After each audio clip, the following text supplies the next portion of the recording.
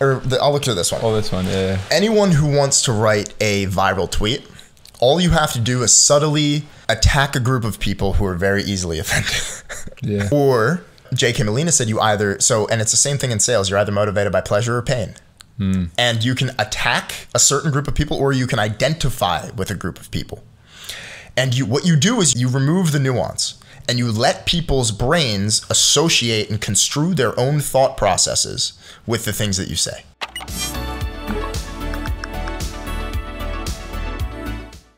Right, we're back with episode 46, I think, of the Midnight Pod.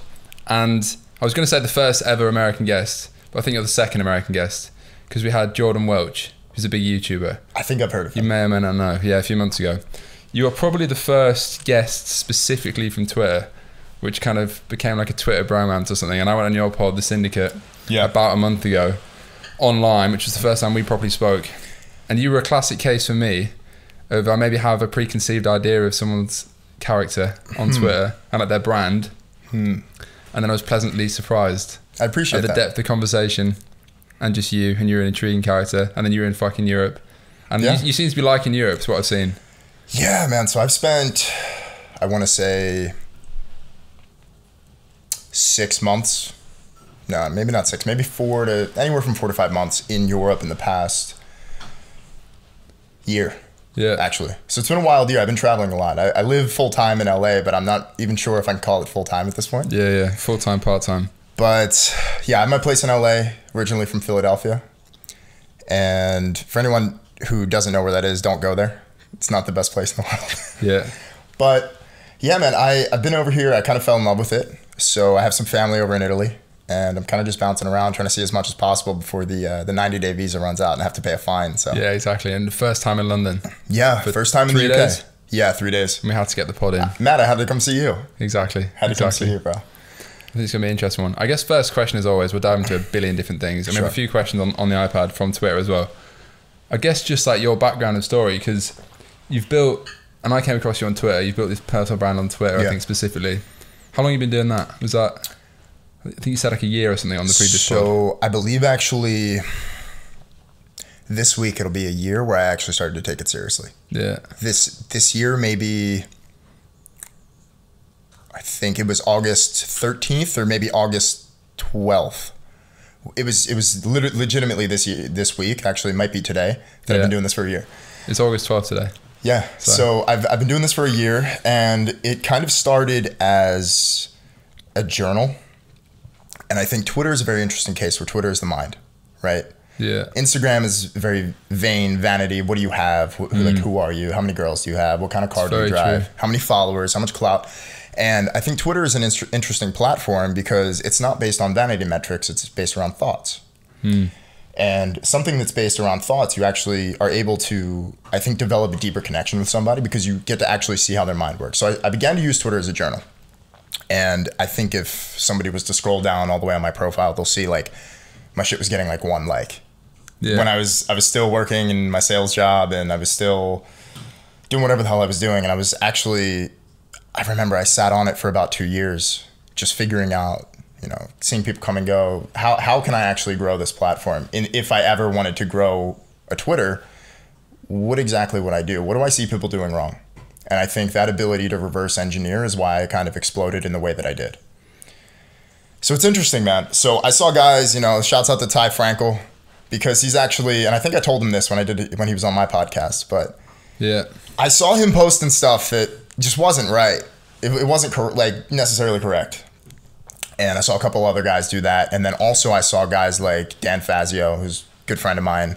I saw a couple other guys just build massive, massive brands and build massive companies, whether it was info products or education or, email marketing agency, lead generation agencies, or even e-commerce, right? And I saw these guys literally document, especially with Marco and Colton, who built Kill Crew, right? Like see these guys literally build in real time. And I thought that was incredibly interesting. And when I started in the space, I saw guys talking about sales, right? Sales, how do you sell something? How do you do this? What is it that you're doing? And I found it very interesting because I felt like I could add to the conversation.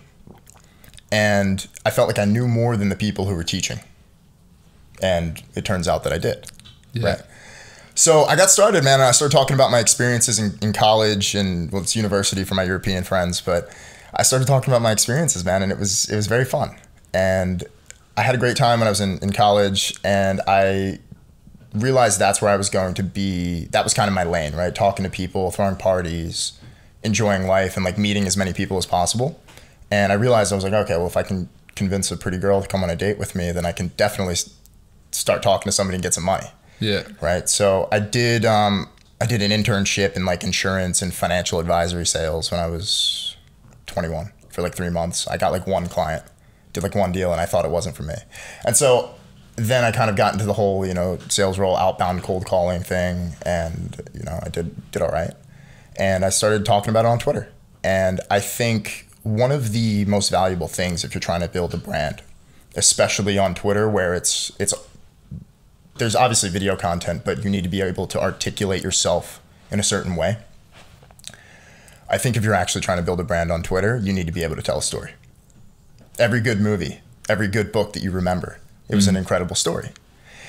And you have to be able to blur the lines between the story that you tell and the actual value and the golden nuggets within that story that people can learn from, because that's what I think creates impact. And I kind of did this unconsciously because I thought, I was always creative, and I thought I was going to be a writer up until the time I went to college. And then I thought I was going to play guitar and play in a band and do these things. But I've always kind of been a creative, and I've always had the ability to weave a story together and kind of throw it right in your face and actually be able to have a couple lessons that people can learn from. And I think that's why Twitter kind of became a thing. Yeah. Yeah, Twitter's interesting because I didn't even look at it until, I guess, nearly a year ago actually as well, like September 21 when I started the pod. Yeah. Because I used to think, who the fuck uses Twitter? Yeah. But then I was like, wait a minute. Like you said, it's for the mind instead of just flexing. Yeah.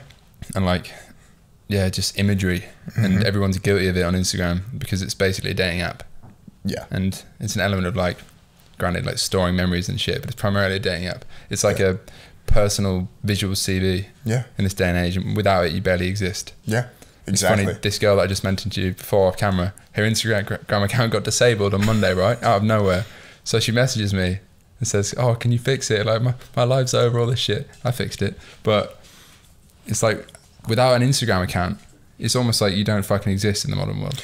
Yeah. Without social media accounts, but particularly Instagram, I think. Yeah. Like my brand account's got disabled a few times, but if my personal account got disabled, that's a different story. That's worse. Yeah. And I'm someone that's trying to be less on social media. How come? Less on Instagram. Well, you're on Instagram. I see you posting. I see you on Instagram. I mean, because I feel like it's just bad for the mind. I'm wasting time trying to... What am I actually trying to achieve on there? I guess it is a dating app. And trying to build an element of brand around you. But then Twitter's more for that. I think they can be used both in conjunction, actually. It depends on, like you said, what you're trying to achieve. Yeah. Right? Because it's interesting, like stuff like education info products, like education companies, info products, personal branding stuff, it's all kind of weaved together. It's all integrated together, right? So Instagram, TikTok, Twitter, all of those things can be weaved together. But if you were somebody who's actually doing real things in the business world, and not that, obviously we're not, but if you're doing like something where you're only selling B2B and you have an agency and you really don't need social media unless social media is a part of how you do your lead gen. Yeah. I think you don't really need Instagram unless you want to use it as like a dating app. But I agree with you. I think it causes depression. Yeah. Because comparison is the thief of joy. Seriously, fundamentally. Dude, if it was last year, and not last year, but like maybe 2-3 years ago, and I see pictures of you riding around in your 458 Ferrari at like 22, and I'm still sitting there in college, I'm gonna be pissed off. I'm gonna be mad. I'm like, what's this guy doing? He's got a Ferrari. Yeah. So I think it causes depression, especially for girls, because of all the editing that goes on. You got FaceApp, you got Facetune, you got Lightroom. People sell these Lightroom presets. They sell these presets that people can use. And it's just like, people will take a picture and they will edit every single little detail to how they actually want to be. And then something in their mind, I think, triggers where it's like, that's how I want to be, but I'm not. And it causes a lot of insecurity. I want my lips to be bigger. I want my ass to be fatter. Like, I want to look a little bit better. My eyelashes aren't long enough. my hair isn't long enough, my hair doesn't, like, it's these weird psychological things. Yeah. And it creates a falsified self-image. It's very strange. It's a mad one. We live in a strange world. We do. And I want to go back to a bit more your background in a second, but I'm like scared for this generation, and probably the generation a bit younger that are like teenagers, maybe like coming into their teens now. Yeah. Because it's getting worse. There's like TikTok now. Yeah. Where you're literally glued to a screen. Like attention spans don't exist anymore. People can't focus. Comparison is getting worse and worse and worse because there's more time on social media. So where does it end? Like I think like birth rates are going down and shit now as well because of something like that, and like testosterone levels of men are going down. These people are fucking glued to a screen all the time. Yeah. And like there's no real relationships anymore because people don't have any interpersonal skills. Yeah, which is why I like doing the pod in person. Yeah, because it's like the principle of doing shit in person, not on a screen for once. It's interesting. The lack of we'll get back to my background in a second for sure, but I think the lack of interpersonal skills is what's going to continue the way the world is going in a generational decline, right? Because I forget where I heard this, but like if you think back, like even 30 years ago, before we had all this, even back in the 1990s, like when we were born, people had to talk to other people. If you called a girl on the phone, she gave you your phone number. You called her house on the phone and say, "Hey, meet me here at here." There wasn't any texting going on saying, "Hey, like, are you on your way?" or "I'm on my way." Like, no getting ad for 3 days. Yeah. And so it's a very interesting situation where you can literally see the lack of interpersonal skills with younger children and teenagers these days, right? Kids in high school now are walking around the halls with headphones in, sitting on TikTok in class, and can't focus for more than 15 seconds. Yeah, it's crazy. I mean, like, no wonder why the world is going the way it's going. It's very strange.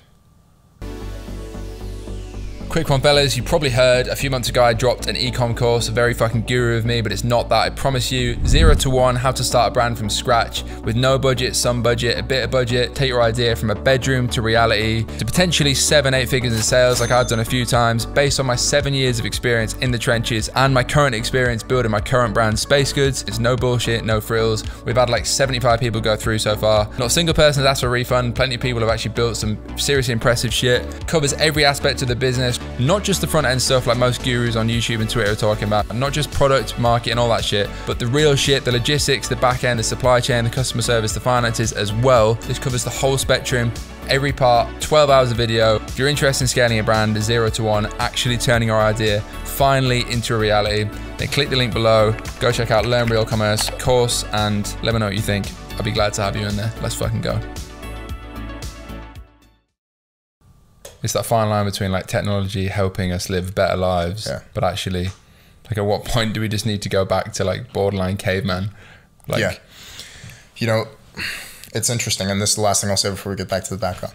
It's interesting, man. I just recently was in Naxos, Greece with Luke, Mason, Ben Bader, Danny, and some of the Twitter guys, like some of my friends, and we rented out this villa, and I made it a point. Because usually every single day I have about 9 to 10 hours of screen time on my phone. Like I'm addicted to my phone because most of the things I do, my business is on my phone, right? I'm on calls, or I'm texting people, or I'm on, looking at things on Instagram. I'm looking at YouTube. I'm looking at Twitter. I'm seeing what people are doing. And when I was over there, I even like going out, when we were going out to the club, I had every single day, it was less than 3 hours. And I made it, hey buddy. He's very friendly. And I made it a point to be a lot more present than I have been, because I felt like my focus was off. And even though I was kind of like drinking like a fish and I was partying like a rock star, it was very good because when I got out of that, it was like, okay, now I have my focus back. It was like very regenerative. You can tell him to go away if you want. He always says hello to the guests. He's fine. He distracts everyone for like 5 minutes. You're not allergic, are you? So it was really cool, and I realized that when my screen time goes down, I'm a lot happier, but also less things get done. Yeah. Right. I was just riding around on an ATV, acting crazy, getting drunk at night, like staying up till 8 in the morning, but it was great. And honestly, I think people need to go through that especially if they're on their phone all the time, because it creates focus and it makes you pay more attention to the things going on around you and the conversations that you're having with people and staying present to the moment, which I think is incredibly important. Yeah. So that's something I'm trying to do more, which is why I keep deleting Instagram from my phone. just being more present in general. I think it's the biggest problem in my life is not being present. It's always living in the future. What's always next. So I want the next experience or the next thing. But then like the only thing is now. Do you know what I mean? Yeah. Like now it's like Friday and I'm already thinking about what's happening next week. Well, that's probably a poisonous tendency. That's the double-edged sword of running a business. Yeah, and then it translates into other areas of life, like social life, whatever. Like I think about what I'm going to be doing when I'm 30 and shit, and it's like, just fucking live now. Isn't that scary? Thinking about like even like I just turned 25 3 months ago, and I'm like, oh, like I'm almost 30, like shit. Like yeah, I'm 26 and I feel old. I feel like your grandfather, bro. Yeah, yeah, legit. No, it is scary. I think. Yeah, I mean, like trying to read books about stoicism and shit. And Meditations is good. Marcus Aurelius is good. Yeah, I mean, I'm trying to meditate as well in general, but even that's tough. Do you think that helps?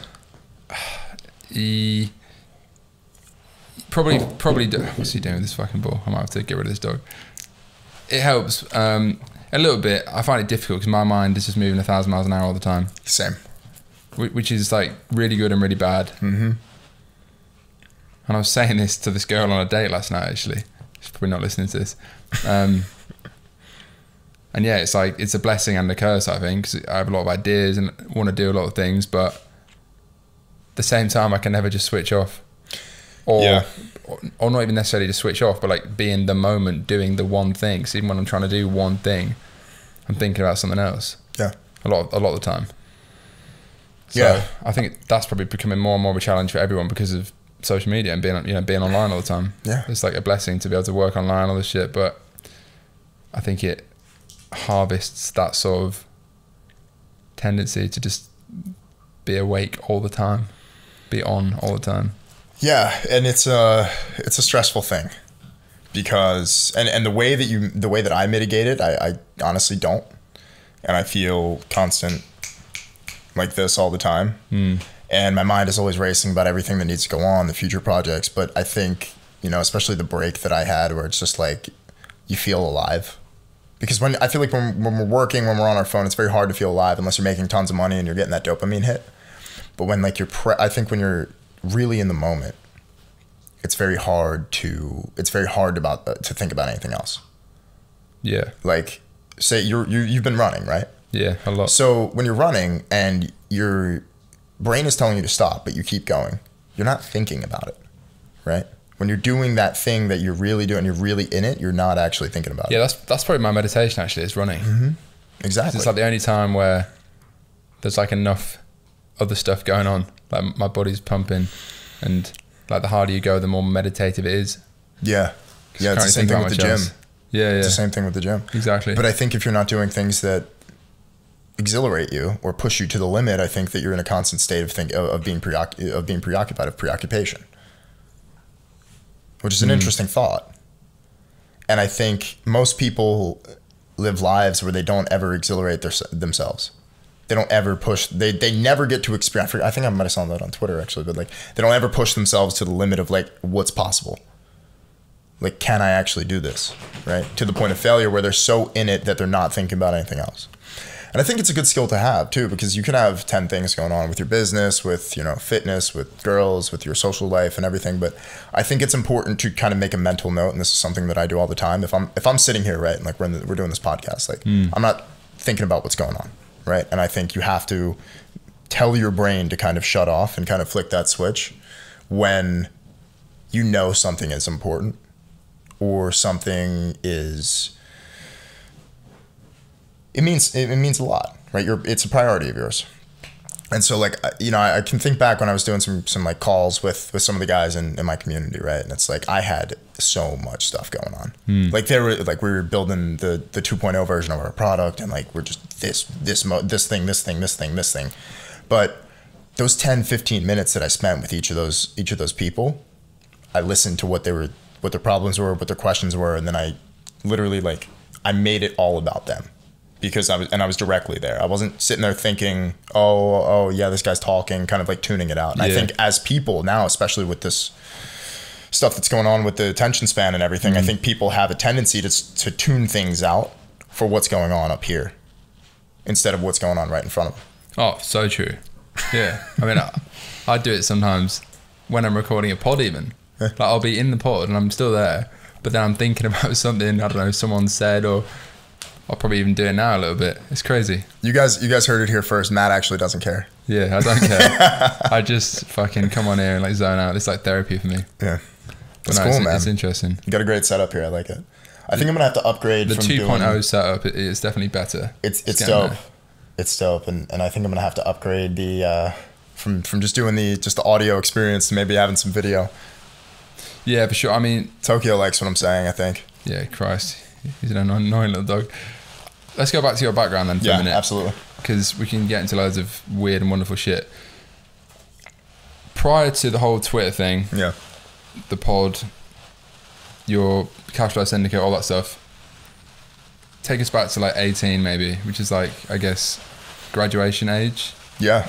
And I'll kick him off for a second. No, I don't want to. Listen, man, I don't want to be mean to your dog on camera, and then people are going to start clipping it on TikTok and say that I abuse animals. Yeah, he's so friendly to every guest. He just sits on their shoulder for like 5 minutes. Right, he's off. Yes, 18. That was a weird fucking year. I can curse on this podcast, right? Yeah. Okay, yeah, that was a weird year. Time. It was a weird year. I was born in 1997, and I was born in May of 1997. So I think it works the same in the UK, but like so I was technically supposed to be a year younger than all of my classmates. So when everyone was 18 graduating high school, I was still 17, or I was 17, and I just turned 18 when I graduated high school.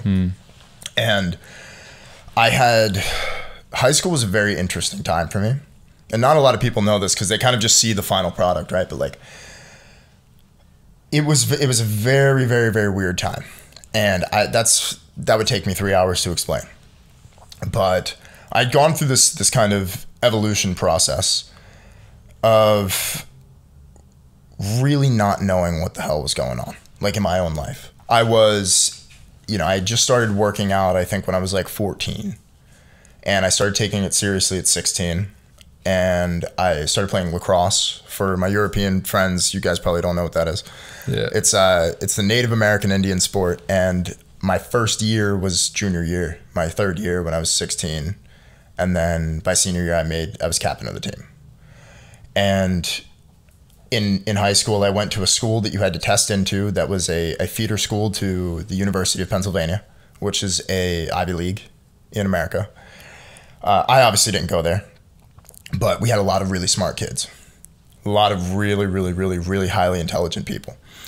And I'd gone through this process of like, I was always good at school, and I never had to try. I never studied for a test or an exam until I was in university, until I was in college. I never once did I study. And I had great grades, and I was good at school, but Matt, you got bugs in here. It's crazy. So the cleanliness would come more.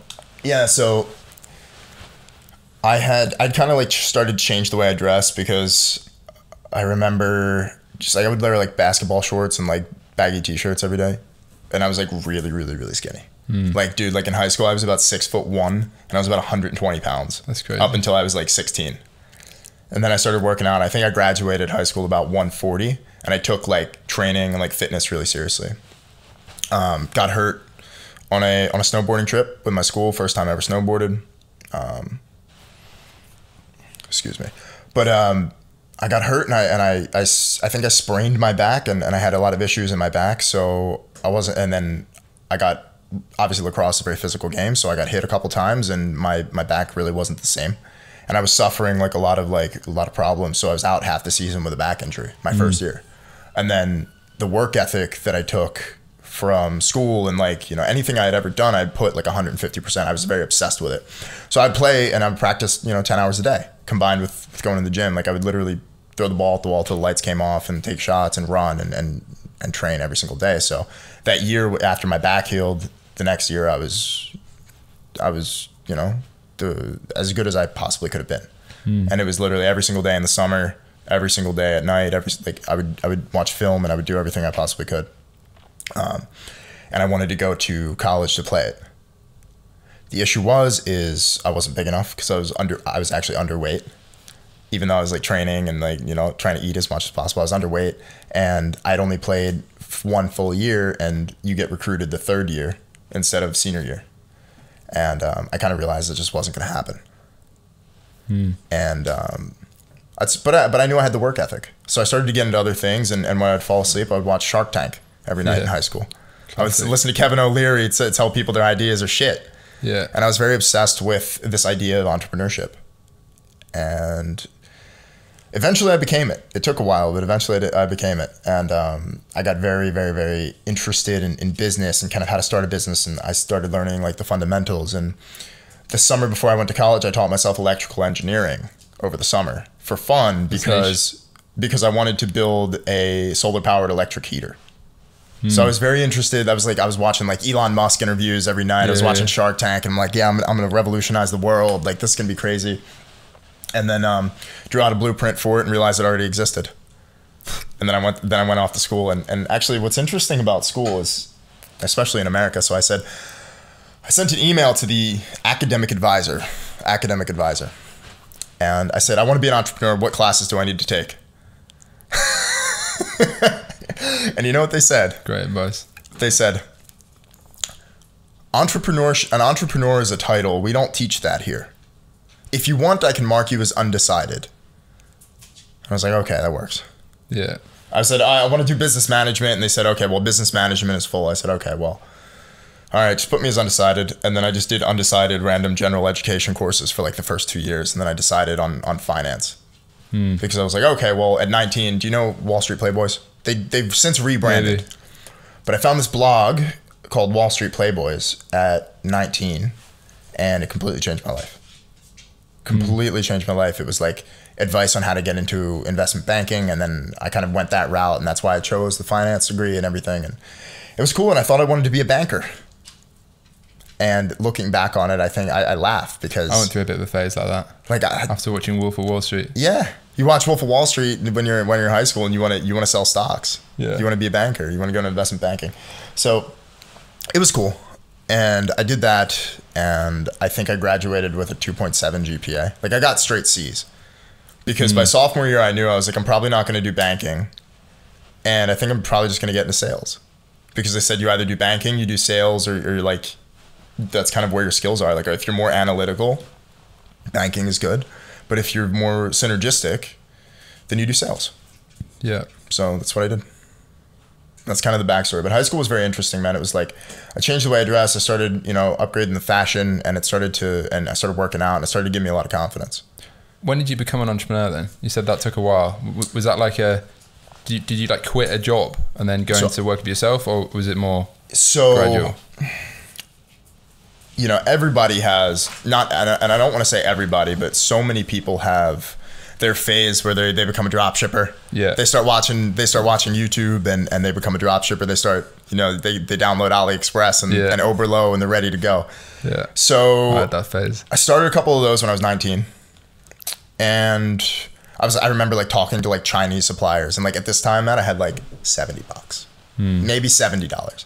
And I'm talking to this Chinese supplier because the company Movement watches. I remember they were straight up. They built a crazy D2C brand off of just straight up like Chinese watches. Yeah, legit.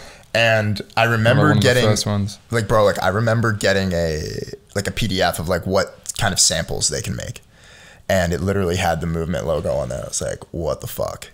I was like, what? Like this is their supplier? It's like $3 for these $200 watches, and 100%. So. And I started really studying the game, and I learned branding. I learned and I was obviously into fashion still, and I was really like kind of subsequently looking back on it, I was really thinking about like what makes a good brand? What are the elements of good brands? Why do brands succeed? Right? What is the marketing behind those? Why are these ads converting in this way? And I was, studying like Facebook ads and everything, and learning how to do it. And I started like a drop shipping store when I was 19. And I remember my idea was I had $70, and I was going to order samples from China, and I was going to sell them to my friends for $100 each. and then I would have $700, and then I could buy another 20, and then sell them again to my friends, and then start selling online. So I was gonna go like straight hustling. Yeah. And obviously, for for reasons I don't even think I need to say, that didn't work out. And I actually ended up doing it like straight direct to consumer with, you know, AliExpress products with a friend of mine, Nick, who has a really cool Facebook ads agency for high ticket offers now. And he's quite successful. He's cool. And we kind of started in the game of like drop shipping. We were like 19 and 20. Like just running turning on Facebook ads from the dining hall. Yeah. And classic. At 21, I had another idea, and I was selling blue light glasses actually. And because I was studying finance, I decided to use that as like my marketing angle. And one of the biggest companies, and I told this story on Twitter, but I can tell the story. One of the biggest companies in the game was a company called Felix Gray. And I will openly say these guys are losers. Because I'm like a 21-year-old kid. I'm like trying to make a buck online. And I was running ads, and I got a cease and desist letter from Felix Gray, Felix Gray International Limited Company, saying that you're infringing on our copyright of our brand story. And they sent me my whole website, and like I was running everything anonymously, bro. Like I'm like, yo, if I get sued, I'm fucked. Like, yeah. But they slapped me with a cease and desist letter, and I knew it was up, because up until that point I had spent like, I remember I told the school, I was like, yeah, like they sent me like my refund for like my books or something for like one of the student loans. Dude, I had $1,500. I'm like, I'm starting a business. Yeah. I'm doing this thing for real. I'm starting a business. I'm gonna be a millionaire. I'm gonna get rich. And it was interesting, man. So I started that, and it was like 4 months of like really trying to work on this brand that I had built that did like, it wasn't really doing anything, maybe like $500, $700 a month in sales. And I was spending I was losing money like running the ads and everything. Yeah. So you know how it goes. So, and then I got the cease and desist letter, and at some point in this story, my laptop broke, and and it was either continue running advertising or buy a new computer. So I would sneak into the school building after hours at like 10, and I would work till 7, and I was up all night. And I was up all night, and I was studying like Jason Capital sales letters. Yeah. I was studying like all like straight up old school copywriting. I'm like, yo, what am I going to do to make these ads work? I was like, I know the product sells. These other companies are doing it. What is the issue with me? Right? Why is my stuff not working? And I think when you get into business, right, like you kind of, what's that curve? I think it's not Dunning-Kruger, but it's like it's Dunning-Kruger. Yeah. It's like I reference that all the time. Like, dude, you think everything is going to go the way that it's gonna, you're like, yeah, I'm gonna be rich. This is my thing. This is gonna hit. Like, yo, this shit's gonna pop, right? Been there. And it doesn't pop, and you're sitting there with your dick in your hand, and you're like, what's going on? Like, why am I not working? All these guys on YouTube seem to be crushing it. They're making $16,000, $16,000 a day. I remember I saw actually, shouts out to Sebastian Georgi. I saw Sebastian's video, and he was like, I made $16,000 in a day, and I'm like, man, I want to do this too. And I was like, damn, like what is going on? And the word that I don't want to use is like depression, but dude, that shit was stressful. And on top of that, I had all the schoolwork, and I was about to finish and everything, and I wanted to get that done. So I was overworked and underpaid. Like most people in the world right now, they're overworked and underpaid. 100%. So that was the story, man. And like, that was like kind of, you know, high school and university. But I think I really kind of got the itch when I was 19. And I kind of started to put it into action when I was 19. I didn't have really I guess I can say I had my first business success when I was 19 because of, you know, the party house and throwing parties and charging, you know, $5, $10 a cup and entry and everything. Yeah. And that's kind of how I bought my clothes and paid for stuff and bought food. There's a whole lot that I'm kind of leaving out there because it's a very long story. Yeah, I was going to say, I'm still trying to work out, because that's when you're 19. Yeah. What about 4 years? So in terms of the Cashflow Syndicate then, and the stuff you're working on now, when did that start? October of last year. And we started Cashflow Syndicate first week of October last year. And so I've done a lot of things, right? So like my kind of foray into e-commerce was when I was 19, 20. And then like I kind of ran out of money a couple times, and I was like, oh, well, fuck it, like whatever. I went to go work the insurance sales, financial advisory, wealth management internship at 21. And like, I pretty much, like, I was dead broke, dude. Like, I was broke. Like, I went to go work at a bar. I was like bar backing for like $80 a night, 13-hour shifts till 3, 4 in the morning every night. Like, I was I was like dead broke. But my friend, when I graduated, because I was like, I want to try this thing again. And I had like pretty much no money.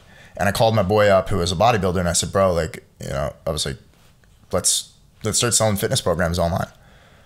So threw up a Shopify site, figured out, got a plugin to send an email PDF to someone after they purchased. And we started this company that was selling fitness info products to men and women. And then we got into like, you know, t-shirt or like apparel and everything. And I think the total sales, like, I don't even think were like 10 grand. But it was still something. It was like, it was more than I had before.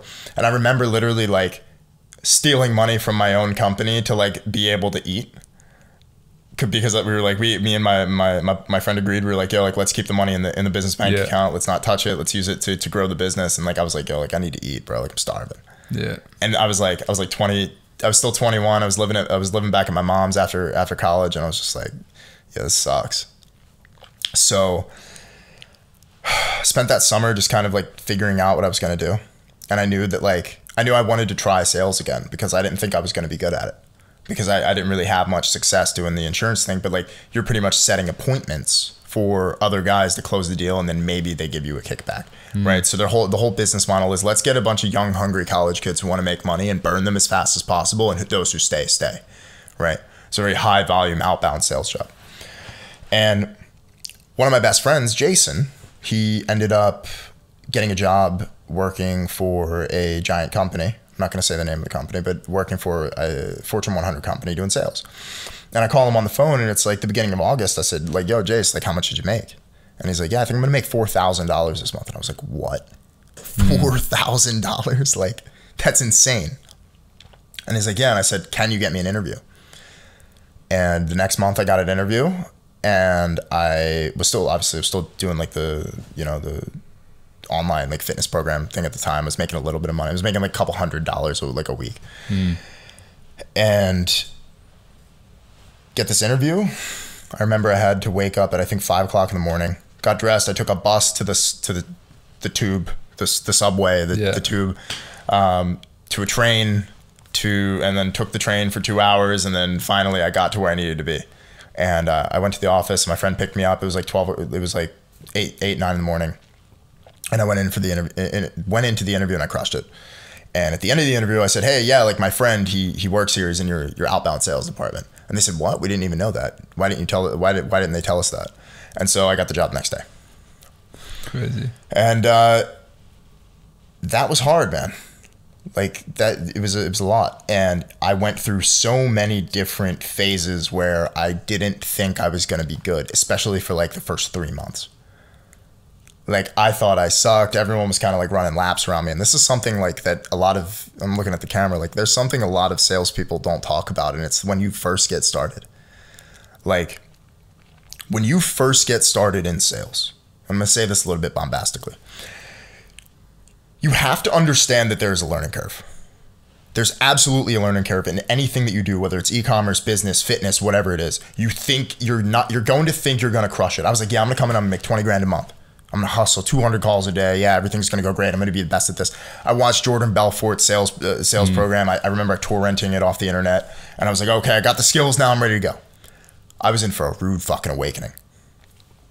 And first month, didn't hit my sales goal. I missed the sales goal by I think like a couple deals. Second month, I missed the sales goal by a couple deals. Third month, I remember it was December, I hit the sales goal. And I remember being sick for 2 weeks in December, and I had like strep throat the entire time, and I was like sick. I was like, but I still came into work, and it was an hour commute each way, right? And so my total work time is like, and I would stay late. I would get in there like, half hour, 15 minutes early, check my email and everything, stay late. But I remember my paycheck from that month from December, and I beat sales goal, and I was just like, wow, like, okay, it's possible. And that was the moment that it clicked. And I remember we had a spreadsheet, and it was like commission calculator, like, and you type in all your numbers, what's your sales goal? How many deals did you sell? What was your phone call quality, your compliance quality? And it said, total payout, it was like 13.5 grand. And then, I was just like, man, like, what? Yeah. It's a big bump. Because I was just getting like my hourly, like I was like, it was like 2-3 grand a month. And like, but literally like that month where I had hit the sales goal, I had gotten like a $35,000 car, the car that I still have to this day, and like a decent apartment in Philly, which was like $2,000. And I was splitting the rent with my ex-girlfriend at the time, and I obviously had the car payment. So my living expenses, like I was like barely making enough for my living expenses like the first 2 months. And I'd like really put my back against the wall. And I think that's something everyone needs to do to a certain degree. Like really put your back against the wall. And I remember like I put the down payment on the place, put the car and everything. I had like $500 left for the month, for like a couple weeks. I'm like, I don't know what's about to happen here. So put my back up against the wall, and then that's why I hustled as hard as I did, and it was like $13K payout. Sick. I was like, oh shit. I remember I looked at I genuinely remember this day. It was at the end of January because the commissions fell on the end of the month, and I'm like, fuck. Like, I looked at my bank, I had like 11.5 grand in there, and I was like, man, I am rich. Yeah. And now things are a lot different. That doesn't even probably cover half of my expenses per month at this point. But yeah. So that's kind of the story. And every single day it was, until I moved closer to make my commute shorter, it was, an hour up, wake up at 6:30, get there at, depending on traffic, how it was like get there at 8:30, work until 6, 7 o'clock at night. It was 9 to 6 every single day. No one took a lunch. There was a culture of no one taking a lunch. And I actually liked it because it forced you to sit your ass in the seat and work. It forced you to pay attention. And it forced you to really, when you're doing something, to really be in it. And I already had the work ethic, and I knew I was going to be, I knew at some point something would click. And I had some really, really, really good mentors there. My sales manager so not my first manager, but the one who was above her was honestly, I think one of the best salespeople I've ever met my entire life. I think he could outsell. He could sell ice to the Eskimos during the ice age. Sand to the Arabs. He could sell oil to the Saudis, bro. Yeah. Like he honestly, and I want to try to get him on my podcast. I don't know if he's going to see this, but he was, I think, the driving factor, and I still thank him to this day. I texted him a couple months ago, and I just thanked him for everything. I was like, I just gave him an update, and he literally, I remember we used to have like our one-on-one coachings, and like he, I think, was the driving force behind all of my success. And obviously, I made it happen for myself, but the things that I learned, the tactical ability, the tonality, the way that you speak to people and everything like that. And I heard him, take some calls for me, like, if I was having trouble closing a deal with a customer, and I was like, whoa.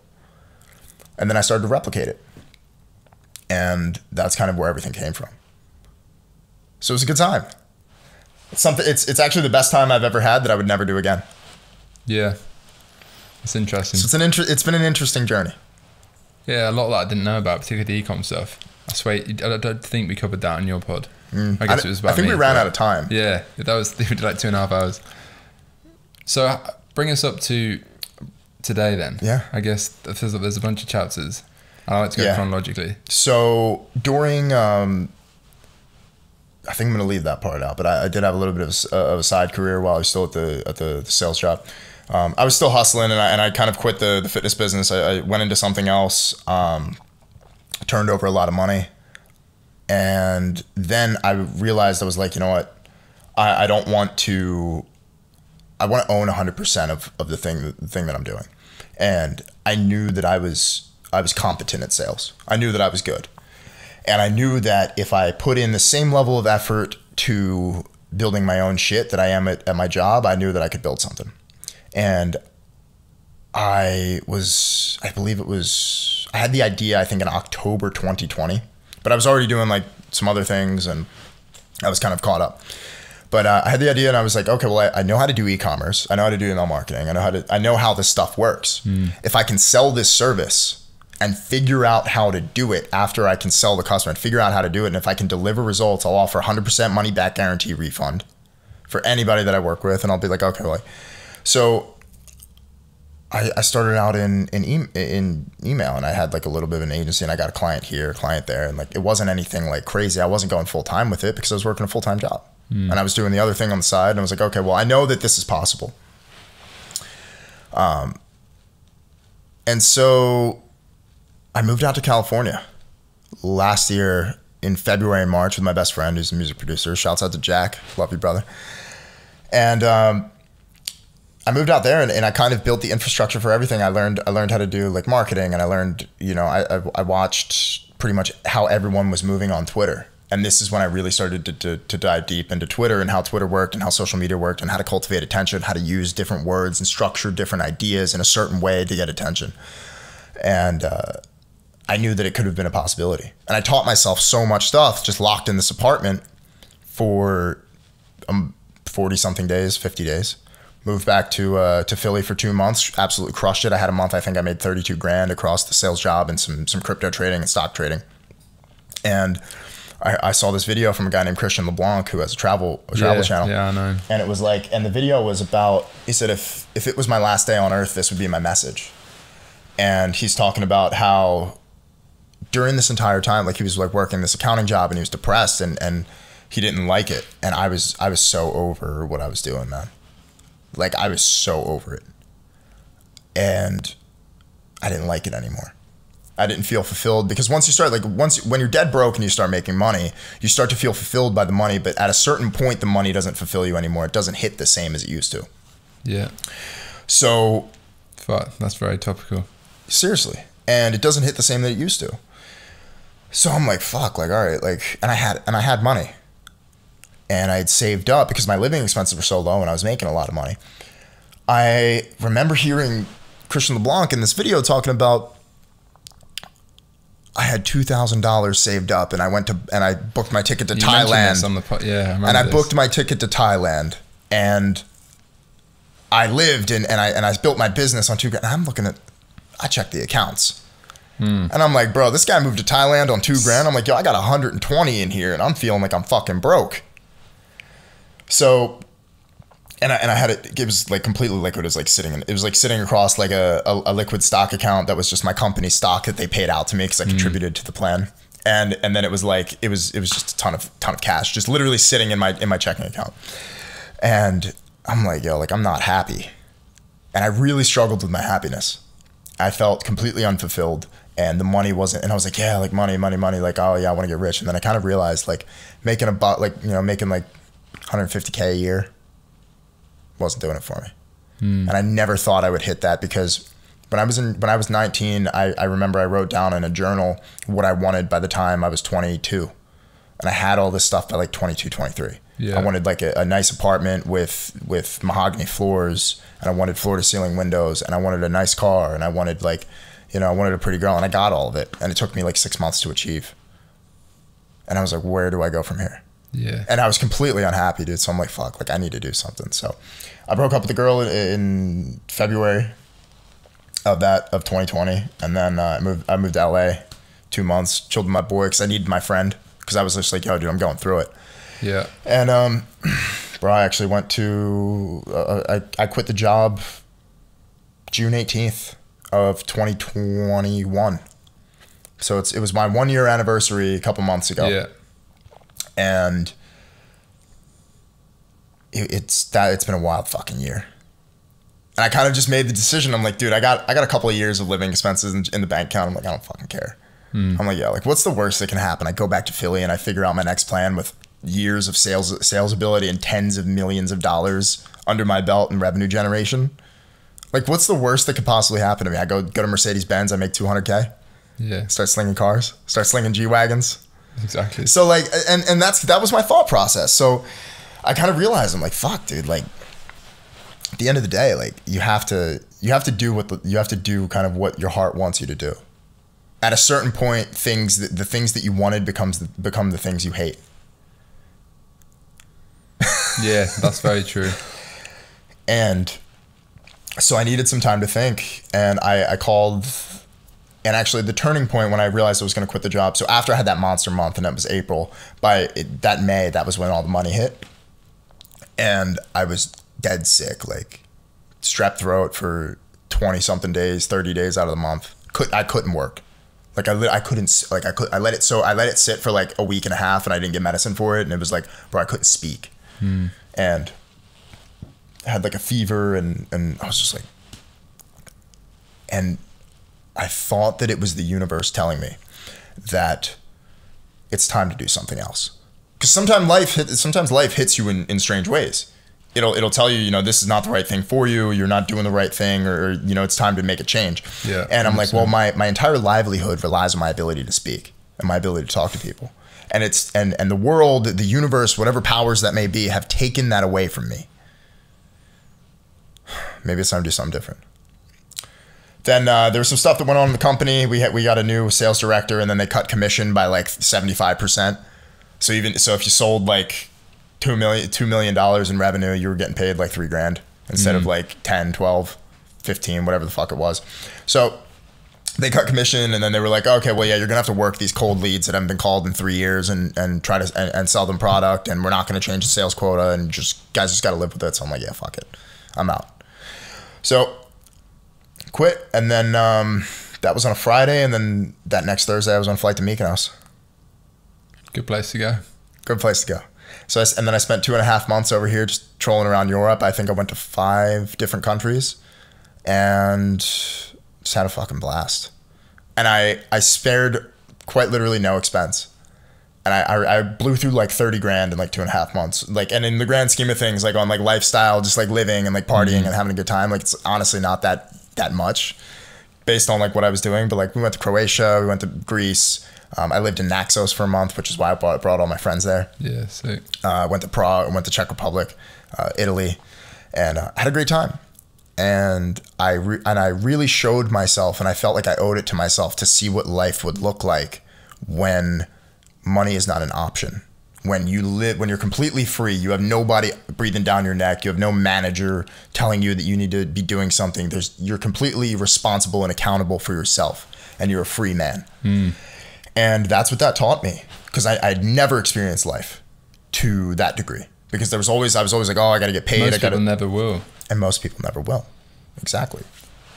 But I think it's definitely an interesting perspective when what you said before about most people, when they start, they're driven by, they want to get a few materialistic things. They're driven by money.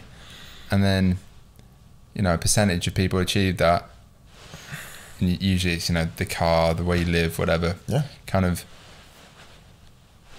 very clear goals that can be ticked off, you know, less like, they're not like spiritual goals, whatever. They're just like, I want that car, you know, I get it. And then you realize, oh, fuck. Yeah. That doesn't actually make me happy. And then you experience the other side of it, of like the physical freedom, time freedom, being able to travel, which I've done loads of over the years. Yeah. And then even that, like I've had a bit of a dilemma recently around like, I was in Mykonos and I was like, I'm not even enjoying being here. How come? Because it just felt like another trip. It lost the element of being special.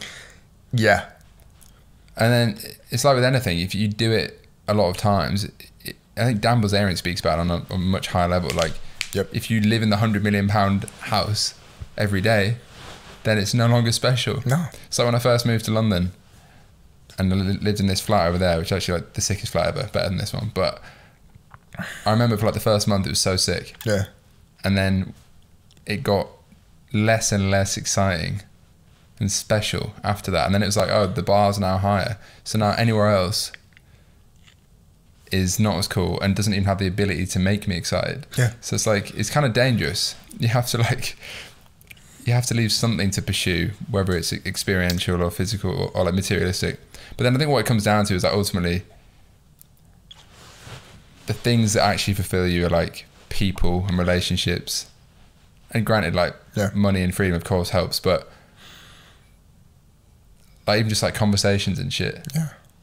I don't know. This is what I'm really trying to figure out. Yeah. Because I'm having like a quarter life crisis. I think you're going to be okay. I think you've got very good friends, me included, but I think you'll be all right. But it's like, you know, to your point, it's like driving a Ferrari and then downgrading to the bus. Yeah. Like now you were driving a Ferrari and now you're taking a bus. So you have to kind of manage and it's like, I think Dan Bilzerian said it great. He said, yeah, I was at a 10 when I bought the new Ferrari, but then, you know, you drive it every day and now it's like, I got to go buy a new one to get to that same level of happiness. Yeah, and then suddenly you have to have a Bugatti to be at a 10. And then like, where'd you go from there? Do you know what I mean? And it's like, it's this constant struggle of always finding a new mountain to climb. But when the mountain gets really big, you have to continue doing it. It's interesting. But honestly, like, I've traveled a lot in the past year. I think I've flown about 60 times, 70 times in the past year. Maybe I'm exaggerating a bit. I think I put it out on Twitter. I think it was like 43 or 48. Yeah, it's a lot though. It's 12 months, bro. That's like one a week. Yeah. That's like one a week. So, especially like when you're not home or you don't feel like a place is home, it feels like another trip, right? Or actually, I think you guys in Europe are kind of spoiled. Well, I guess I can't call the UK Europe anymore. Yeah, but true. I think you guys over on this side of the pond are very spoiled because you have everything within 2 to 3 hours of each other. That's why it's so good. It's a quick flight to Miami. Yeah. So I think the thing that's it's very interesting to me is like as an American when I was coming over, it's like you got to get ready. You take like an 11-hour international flight. You get in this airport, but then you have to go somewhere else. So it's like this whole kind of experience. It's like, dude, you can go down to Heathrow or go over to Stansted or Gatwick or Luton and just, all right, I'm in Mykonos in 2 hours, direct flight, or I'm in Ibiza. Yeah. Or Ibiza for you UK guys. But it's like, it's very interesting because if I lived there, that's one of the reasons I want to live over here is because everywhere that I want to go, and most places are within 3 hours, 4 hours. Dubai is 5 hours. I'm used to that flight. Philly to LA, it's 6 hours. I'm used to that. So there's so much more I think to do because of the melting pot of cultures that exist. Whereas in America, it's like my cousin who's like 60 years old said it best. He's like, if you go over to the next town in Italy, the food is completely different. The dialect, the food, everything is completely different. You go to America, you go to San Francisco, you get a burger. You go to New York, what do you get? Is like a burger. And it's the same thing. It's the androgyny. Yeah. Is that the right word? You moving here full time then? I'm working on it, bro. I'm working on the Italian passport by descent.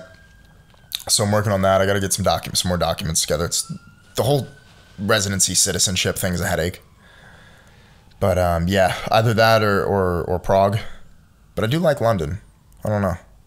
I think London's the one. I think London overall, particularly in the summer, it's very good in summer. Really good weather, a good blend of things.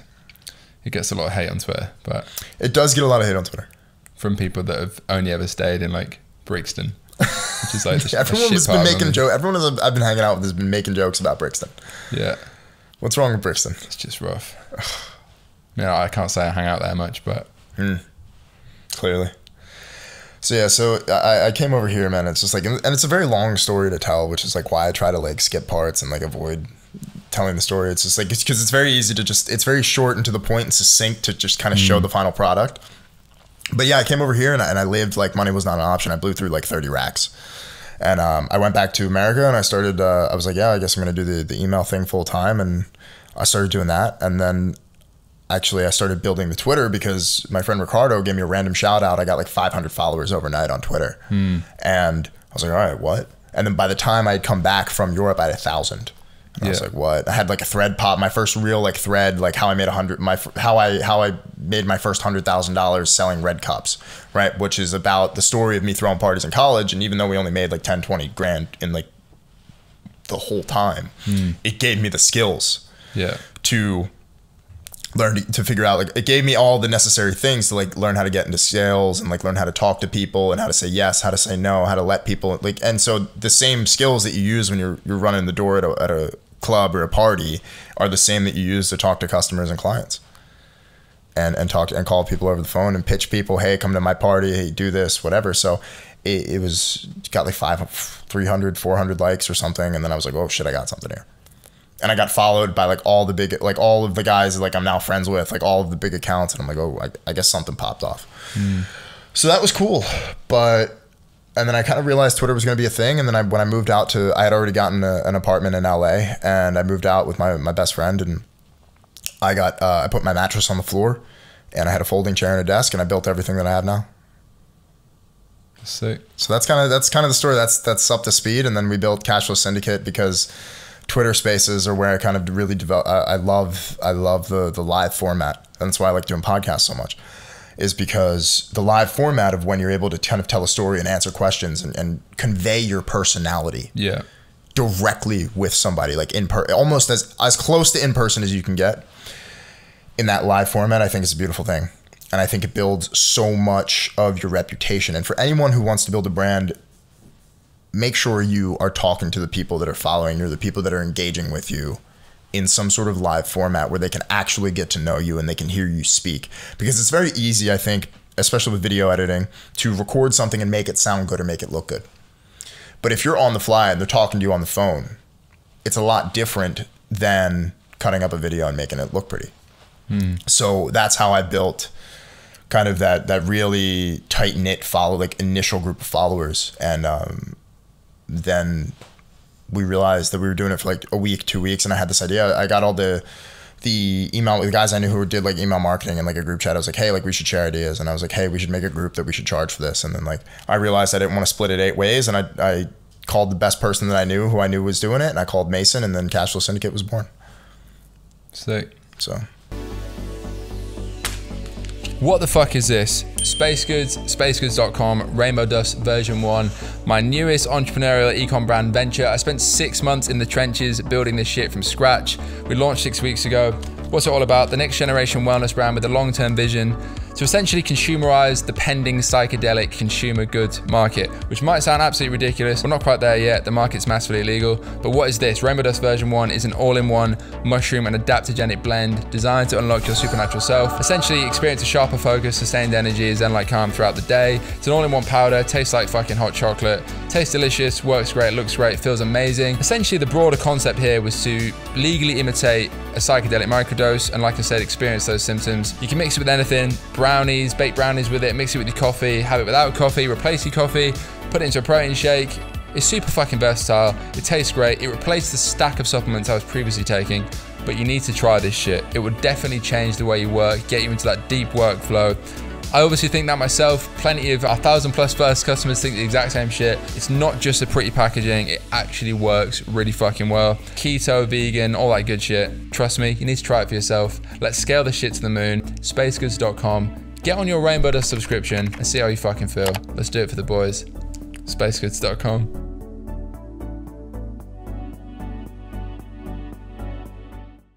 Right, so we spent an hour on the story up to now. Yeah. Which is good. Just bring that mic in a little bit more. Which way? This one? Like, yeah, like pull it towards you. That's fine. It's probably fine. Yeah. Most people give me like 15 minutes of a story, but I feel like we could probably have gone fucking 2 hours on the story itself. Yeah, that's my problem, bro. People say I talk too much. It's good though. I think Jordan Peterson says the ability to articulate yourself is a superpower. I think most people can't do it, and I've certainly got better at it as a result of having these. I've probably done like 200 hours of conversations with people now just off the pod. Something like that. Yeah. Maybe like 150. Yeah. And yeah, it's a fucking skill that most people don't have. You need to train it. There's actually something really interesting. If you want to become a better speaker, I think you absolutely need to train it. You have to make it a point. I remember the first podcast I did, Ben, who's a friend of mine now, he said, I find it very interesting that you rarely stutter. And I've said a few times on this podcast, and I rarely stutter. You also have that deep stage voice. I don't know if that's trained or what, but I just... No, that's not trained. I'm just a little dehydrated, I think. Yeah, fuck. I've been complaining about being dehydrated for like the past like week. It's from all the pasta and bread in Italy. Yeah. But if you do want to become a speaker and you want to have a stronger oratory ability than you currently do, you have to absolutely practice it. You have to make a mental note to not say I say like a lot. I say you know. I'm going to start thinking about that in my own voice now. Yeah, and a lot of the times, and because actually we have the video here, it's interesting. You'll see me pause, like I did just now, to have my brain articulate the thought. And actually, it's interesting when you're selling and you pause, what happens? People are hooked, right? And just it's a lot to do with tonality and pauses and the way that you're able to articulate yourself. And there's a lot of nuance in it once you actually start to get really good. And there are people that are genuinely master communicators that you can see on the internet. But I love the podcast format because I'm able to practice that in real time, all of the time. Whenever I'm in a conversation with somebody, I always practice my ability to speak, my ability to captivate. And your ability to captivate attention is an absolutely incredibly strong skill to have. And it's very important. Because if you can capture attention now in this online economy where there's so much content being created and people aren't aware of the things that they're saying or the things they're doing, like we're guys, like we're not pretty girls with big butts and giant titties. Like it's going to take us some work to actually cultivate the attention. We actually have to put the work in and become someone. You have to be a person worth listening to. A way that you can be a person worth listening to, like there's guys that are great at communicating and they literally say nothing. There are podcasts that have millions and millions of views, that get a ton of views and they literally say nothing. And I think conversations, there's ways that conversations can go, right? There's so many different threads. There's so many ways to revise a question or make an assumption about the way a conversation is going to go. And actually it allows you to get new information out of the person that you're talking to. And actually something that I realized that I did, and actually Mason is someone that pointed this out to me, is he said, David, on your show, the way that you tell stories and then you ask a question afterwards. So I'll tell us, and I realize that I do this in real time, but it's like, and now I'm a little bit more aware of it, but I'll tell a story about my own experience. I'm like, have you ever had anything like that happen to you? And what it causes is a relationary integration of the conversation, right? Because you're telling a story, but you also get the other person to pay attention and start to think, you know, has it ever happened to me? Or like, no, well, I had a similar experience with this. And actually it allows you to get more information out of, and have a better conversation with the person you're talking to, instead of like, there's a million people that you can listen to interviews with and they say the same exact thing, right?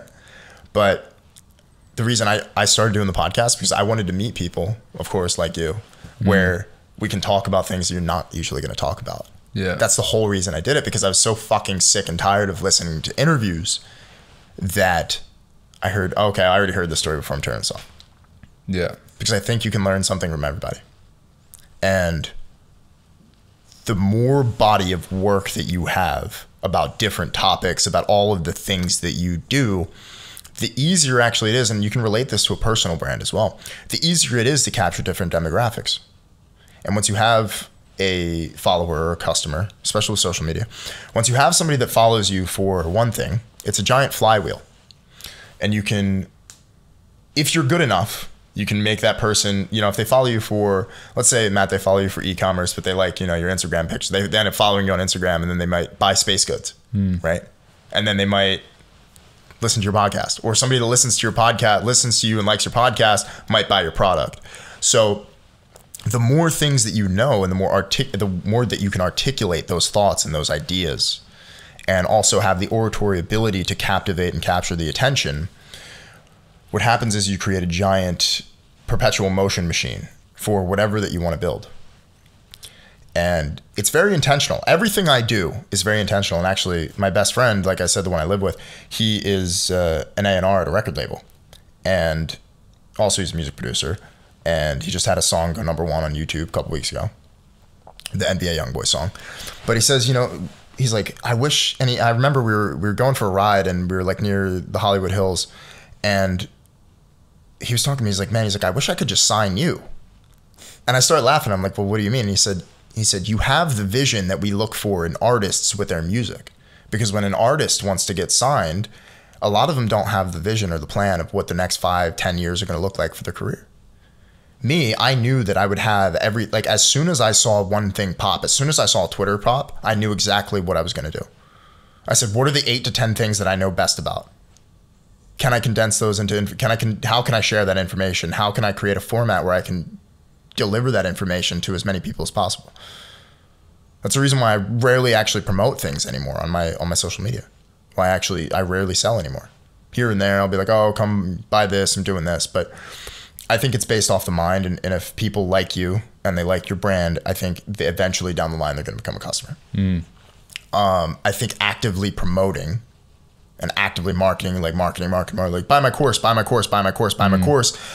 it starts to stale out your audience, and then they're going to look at you and just be like, yeah, all this guy wants to do is sell shit to me. He doesn't value me as a person. He doesn't value me as a customer. He doesn't value me. He doesn't even care. And if people went through life showing others that they care, the world would be a much better place. But the tragedy is that most people these days don't give a fuck about anybody else. And it's because all they want to do is figure out what the other person can offer them, and take, and never give anything back. And so I write my tweets and I do all the things that I do. I do, do the podcast, and I do, I'm sitting here with you, my friend, and I'm doing all this for the 18-year-old version of me who didn't know what the fuck was going on. Like I said, I didn't know what was going on earlier in this podcast. I had no clue what direction I wanted to go. I had no guidance. I had no mentors. And so half of it is just to give back. Obviously, like you want to get paid and you want to make money and you want to build a business, you want to build a brand. And now I have a brand and I love it, but also I have to be more filtered with the things I say because of the audience that I have now. Right? So it's cool. And obviously, I built an incredible business, and genuinely love helping the people that I help and coaching, doing all the things that I do. But really, I started it out of I just want to give back, and I wish I had somebody to look at like me, who was exactly like me, who came from what I've come from, and grew up pretty much poor and made something of themselves and had it hard and made it out. And that's kind of a big reason why I do the things I do, because I think life is generally about being a good person. And it's about being a good person. It's being a good friend, a good partner, a good lover, a shoulder to cry on for your friends when they need you. It's about spending time with your friends and building relationships, and it's about the people. Everything. Business is based on relationships. Everything in life is based on relationships, and we would not have anything without other people. Very true. And you can make money. You can get with a lot of girls. You can live a crazy life, but there's been so many guys, especially with the internet space, right? The whole red pill kind of space. It's I want to speak about it. Absolutely.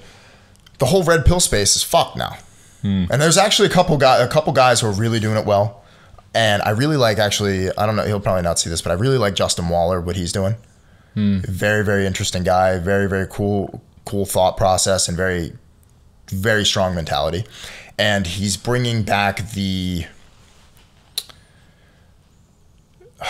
he's changing. I think because he's growing in the way that he is, he's changing the landscape of the space from these anonymous Twitter accounts that are very misogynistic and sexist and actually genuinely horrible. But it's about being good to people. And I think if you're good to people, you're going to get good things back. Sure, sometimes you might be taken advantage of, but you talked about Jordan Peterson earlier. It's good to be a monster with teeth, but not use them. Yeah, exactly. It's good to have that side, and it's good to be able to go to war and win. A dangerous man that's involuntarily has it under voluntary control, I think is the term. Voluntary control. Yeah, that's the best way to be. Do you think, so many areas I want to go into, do you think your Twitter brand and persona is the true you, or is it a filtered and targeted version to appeal to certain people? Because when I first came across you,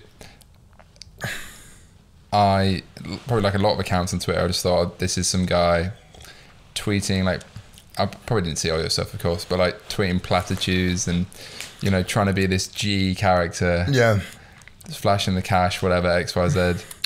And you didn't show your face for a while on Twitter. I didn't show my face for a while because I didn't want, and I actually really had a lot of apprehension about going on video, and even when I first started Twitter, I just went by D.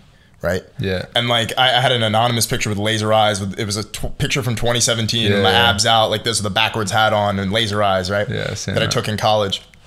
But I had a lot of apprehension because I didn't want my thoughts to be associated with my face. I didn't want people to like me for the way, or the way either I looked, or I didn't want people to judge me based on that. I wanted people to judge me solely on my thoughts and the things that I was putting out there. Now, you're going to see, and this because you know a lot of people who are in social media and everything.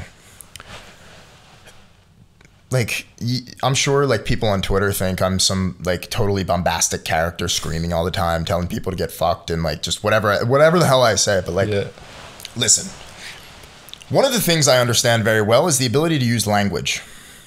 Anyone who wants to write a which camera do I look into, Matt? Anyone who wants, I'll look right here. I'll look to this one. Oh, this one, yeah. Anyone who wants to write a viral tweet, all you have to do is subtly attack a group of people who are very easily offended. Yeah. Or not only attack, and actually J.K. Molina is somebody who told me this. J.K. Molina has 120,000 Twitter followers now. But J.K. Molina said and it's the same thing in sales. You're either motivated by pleasure or pain.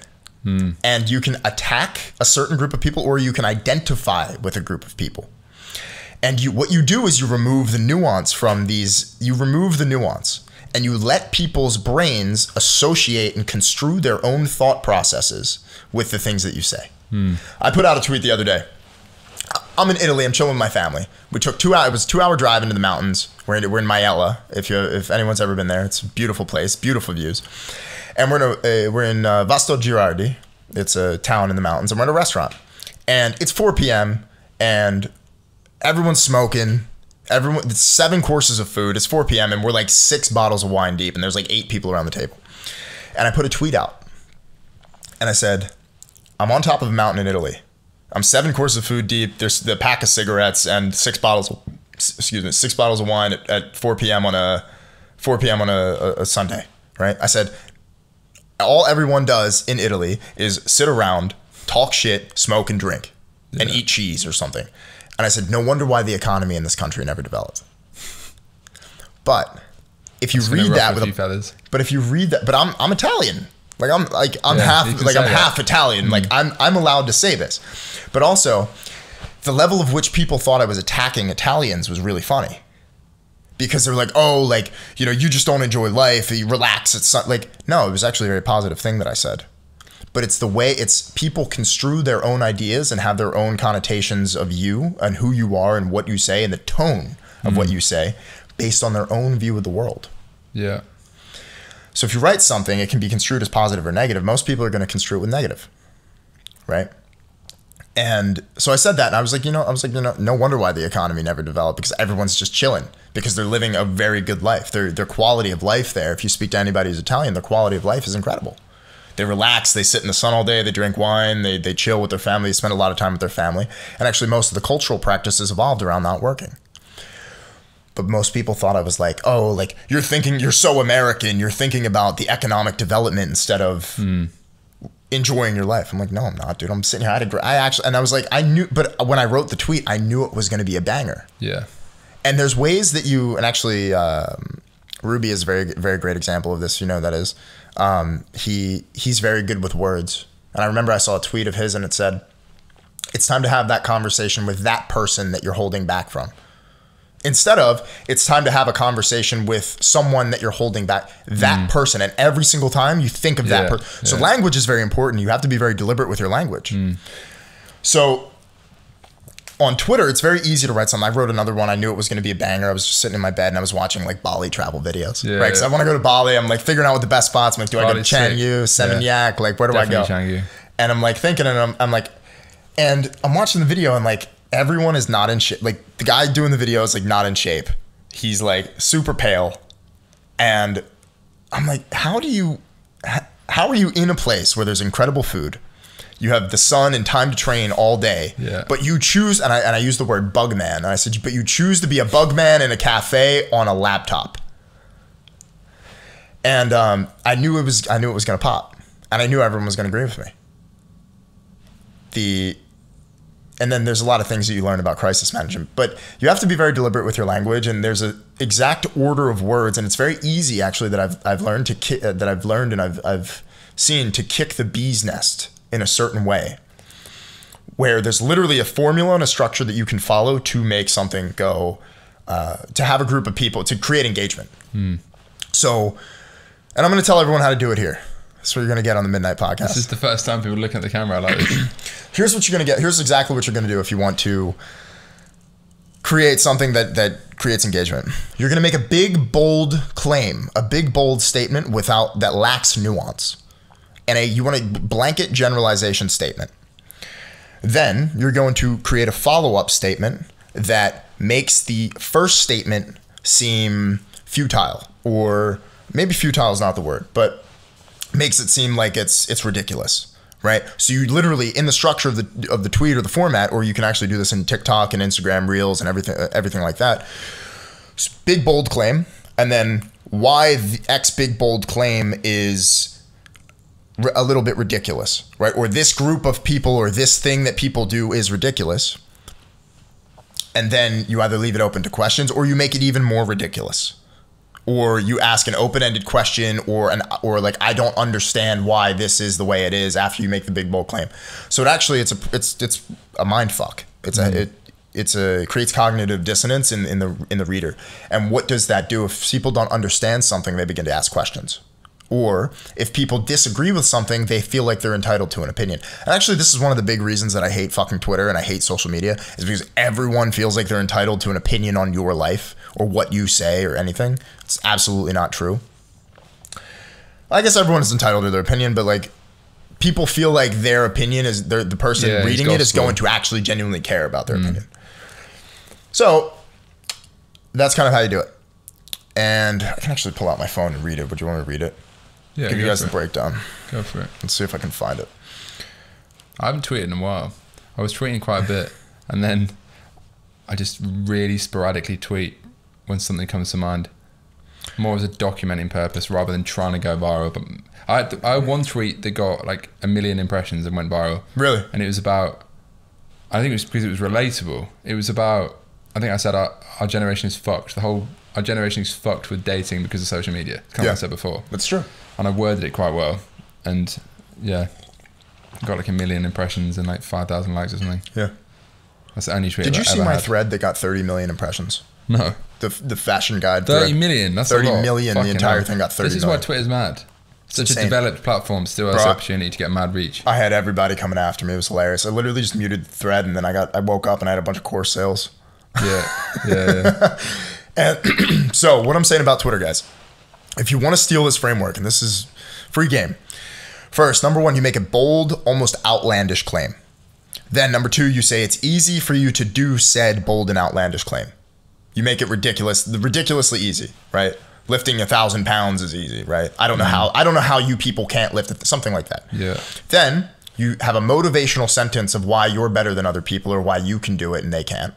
And then a sentence that shatters the said demographic, whichever group of people or thing, whatever thing, not that you're attacking people, but whatever thing that you're talking about, a sentence that shatters their reality and backs up the bold claim of why it's easy. And that's how you make something pop. Then you can post a picture that's eye-catching in some way, and then get brownie points and bonus points. It's actually you, and you're actually living this type of life that you're claiming to live, and you're actually like, that's why people get so angry at some people on the internet, because they're jealous of them and they want their life or they envy their lifestyle. And then you literally watch people like ants, like swarm onto your whatever you're posting and like say like, oh, I disagree with this, you're crazy, you're an asshole, this whatever it is. And then you can just kind of continue to bait in the comments, and then you literally sit there and laugh. But it's good to have an offer on the back end of that, though. Any of my business guys, any of my social media, any of my business guys, it's really good to have an offer on the back end of that, because if so, you're just, if not, then you're just kind of doing it for no reason and you're losing out on opportunity costs. That's how it's done. That's good shit. I'm going to actually listen to that and try and apply that framework. Try and get more people subscribing to the pod. I started using TikTok for the pod. Really? For a few clips. One of them got like 700k views. It was just a random clip. That's awesome. So I was like, wait a minute, TikTok's an opportunity. Oh, Sleep yeah. on this shit. I think we've got about 12 months left before TikTok becomes completely unusable. Just like Instagram. You got organic reach is fucked. Yeah. It is crazy. So I think I need to start doing more video podcasts. No, I'd say so. It's definitely good for that. What do you think about the whole Red Pill community then? Because I feel like the whole Andy Tate thing has blown that up. Yeah. I didn't even know what Red Pill was. Like, as in, I obviously was aware of the content. Yeah. But I didn't know that it was called Red Pill, this shit, until I was on Twitter, basically. But I had a group chat with my mates, and I decided that I think a lot of it, I mean, it's kind of, it appeals to almost like incel type characters that are trying to justify their lack of maybe success with women or whatever by going down this kind of extreme, controversial, like fuck women, everything, like blah blah blah, like borderline misogynistic angle, and it doesn't. I don't know. I think if it doesn't feel natural to you to view the world that way, you shouldn't jump on it, because some people view women and dating and all that shit that way. I don't think that's natural whatsoever. I think it's completely trained, or it's completely programmed into their mentality by society. I'll say this for the podcast because I'm going to make a clip out of this right here. Yeah. I think the whole red pill space, as it stands currently right now, is programming guys into becoming lesser versions of themselves. And it's all used to sell products. It's all one big sales funnel. Every single anonymous account on Twitter or anonymous seduction account on Twitter, every single one, buy my course to learn how to pick up poor girls in Ukraine or something like that one guy who was chilling in Ukraine and he was like had like a blog. Like, it's horrible. It's absolutely horrible. It's absolutely horrible. And actually, I found the space years ago, and the space used to be really good. It used to be a really positive community. And I saw like from Reddit and everything, it was a really positive community of a bunch of guys who were getting together and like genuinely like they wanted to develop their social skills. They were all working out and they would post about their progress and things like that. Now it's become this, don't pay for a girl on a date. Bro, any beautiful girl, any single beautiful girl on planet Earth, if you, and who literally has pick of the litter, any single one, you think she's going to keep talking to you after you take her to a nice restaurant and ask her to split the bill? Are you crazy? Yeah. Are you And also, if you're a guy and you're young, because I know there's a lot of young dudes who follow me, there's a lot of young dudes who follow you. There's a lot of business people as well. But if you're a young guy, you got to get your money right. Two things that you got to get right. Number one is your fitness, because it compounds over time. It's the first thing you need to get right. Number two is your money. Because when you start going out to places in London or Los Angeles or Miami or New York or Mykonos or Dubai, dinner is $1,000 every single night. In Mykonos, it definitely is. Dinner's $1,000. You were staying at Soho House, right? In Mykonos? I wasn't staying there. Okay. We were going there. I couldn't actually book it. You went to Scorpios, right? Booked. Yeah. Okay. Scorpios is mad. How much is it for a table in Scorpios? It's about 25 grand, right? Yeah. It's 25,000 euros for a table. Elon Musk was there actually.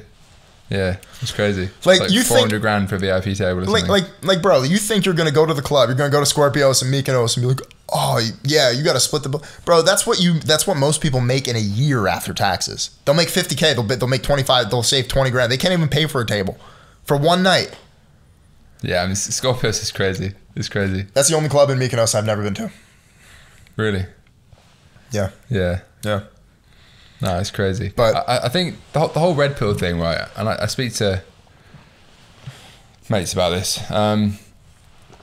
It completely destroys the whole aspect of like chivalry and like romance and shit. And I'm not that guy that's like hoes in clubs, all this bullshit. I mean, I've done that, been there, done that. It just isn't what I'm naturally drawn to though. Like I'm the guy that, like I was saying off camera, if I fucking like someone, it's like flowers and dinners and shit. Yeah. And I think that's how it should be. And that's not in like a simpy fucking loser way, which some people on Twitter might say. It's just in an authentically myself way. Yeah. And I'm confident in my own masculinity and character. Yeah. That if I fucking want to treat a woman nicely because I like them, then I can. That's not like some simp bullshit. Whereas red pill would be like, you need to have, 15 hoes on speed dial, and like you should never do anything for a woman. Like everyone's out to get you. Yeah. Everyone's got a backup. And I think it's very. Of course, there's exceptions to every rule. And like maybe if you go to Mayfair and you hang around the wrong places, you're probably not going to find a wife. But there are still good people out there, guys and girls. Yeah. It just depends who you surround yourself with, and often, in my opinion, the best girls are not the ones that are in fucking nightclubs every night. Yeah. I agree. Especially they're not the ones in nightclubs on everybody's table. Yeah. It's an interesting thing, and I really... There's just this huge culture on Twitter of the whole nightclub and hoes, inverted commas. Bro. That whole thing. And I just think it's actually very niche, because the whole like Miami, Mayfair, London, like LA scene, that is still like 1% of, probably less than 1% of like, you see the same people all the time globally. You see the same people. It's a very refined group. Yeah. And you have to be careful. Like even living where I live and stuff, it's all around me. But I'm very aware that it's a bubble, and you don't have to stay in that bubble. You don't have to view the world just based on that like like not every girl is a girl that goes clubbing, you know, Thursday, Friday, Saturday, whatever it is. Yeah.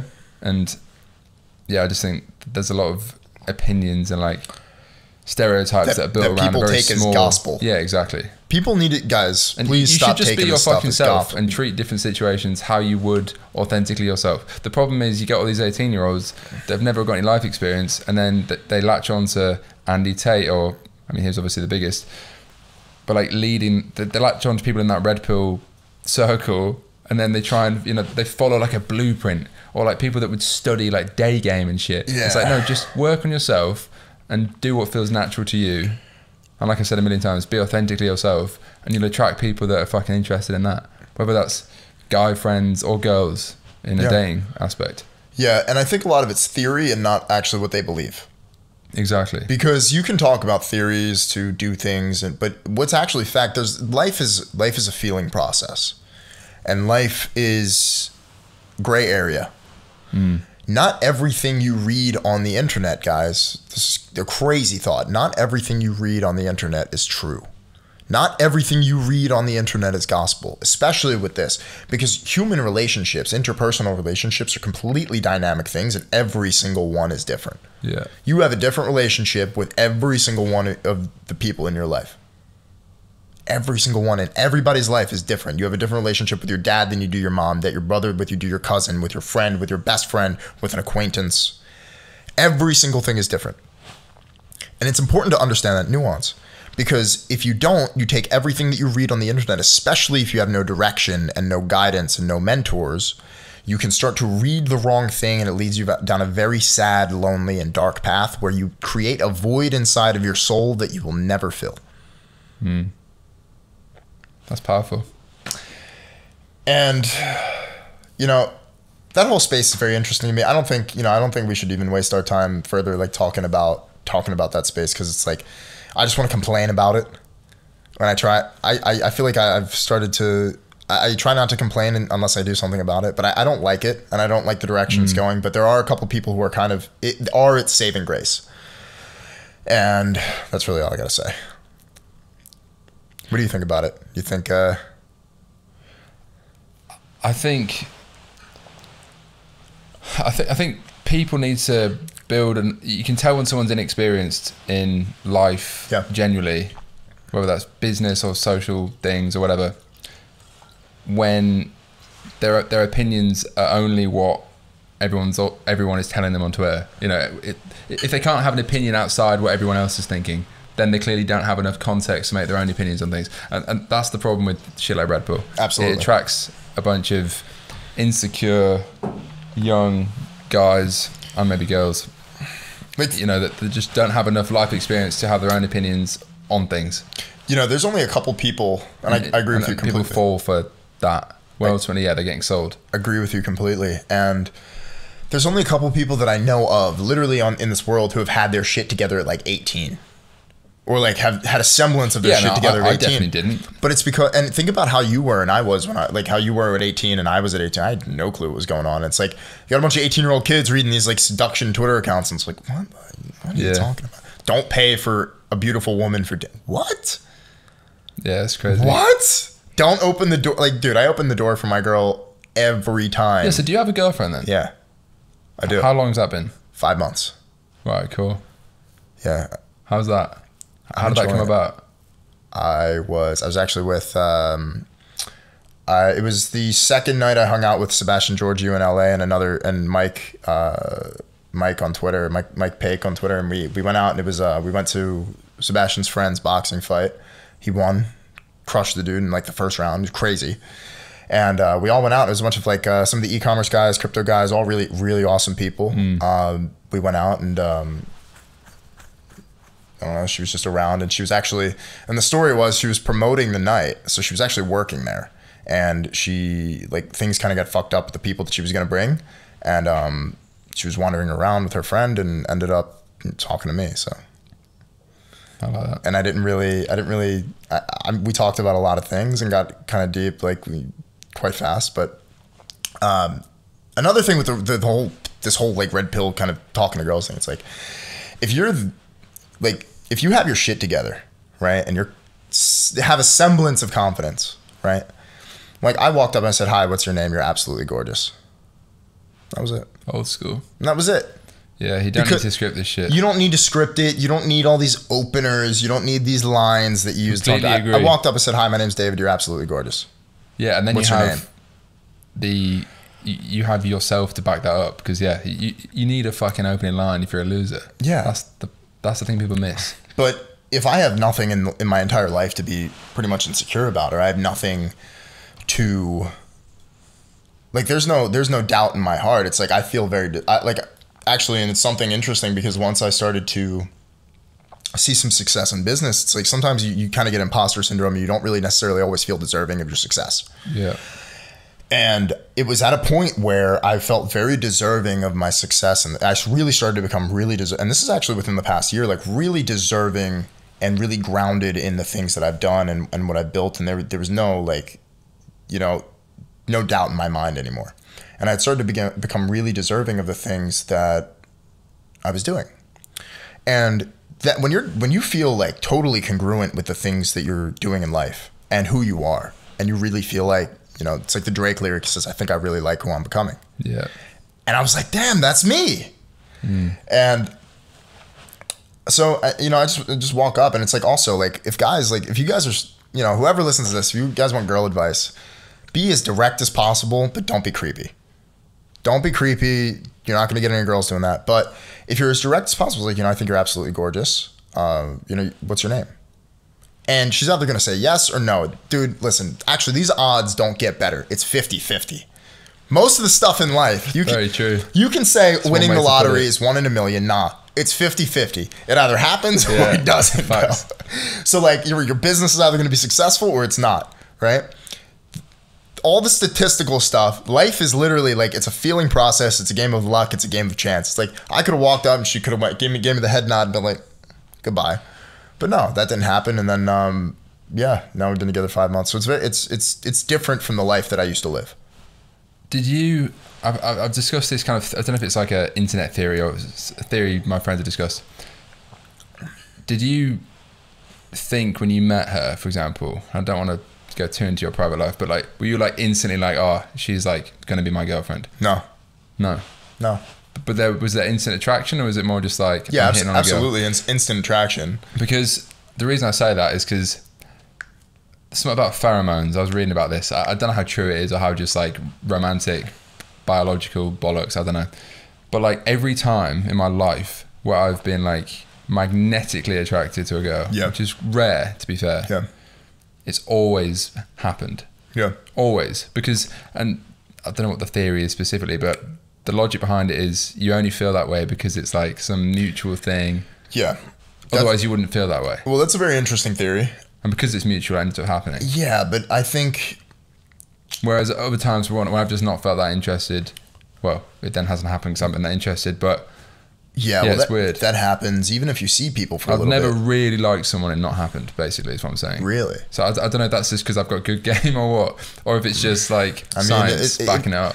Guys, it's definitely not because he's 6'3", he was pushing a Ferrari, he's got a nice house, he's got a lot of success, things go definitely, no. But humble. Very humble. But no, there was definitely instant attraction. And I think you need instant attraction with a person that you're going to be with. You need that, absolutely. And I don't think you can falter on that. You have to be attracted. And it was very magnetic. And I can say it was very magnetic. What most people do is they try to talk to every girl instead of the right girl. 100% agree. You can't go up to every girl, every six in the club and start trying to spit game to some six in the club to get your dick wet. Yeah. You don't do that, guys. Please don't do that. And I'm very direct because it's like, I was just like, I think you're gorgeous. And like, it's not like I'm like having a conversation, the conversation's going nowhere and I'm on some like, let's just be, I want to be your friend. It's like, no, I'm here for, and I think every single guy, like you guys would get a lot more done and be a lot more efficient and find the right person for you or a right person for you. Again, being deliberate with my language. If you were directed with your intentions, right? When you start a business, right, you say, I'm going to do this, this, this, and this. You don't say, oh, I might do this, or I might do like, oh, I'm not sure, like, oh, and you're uncertain. Intent comes from certainty, right?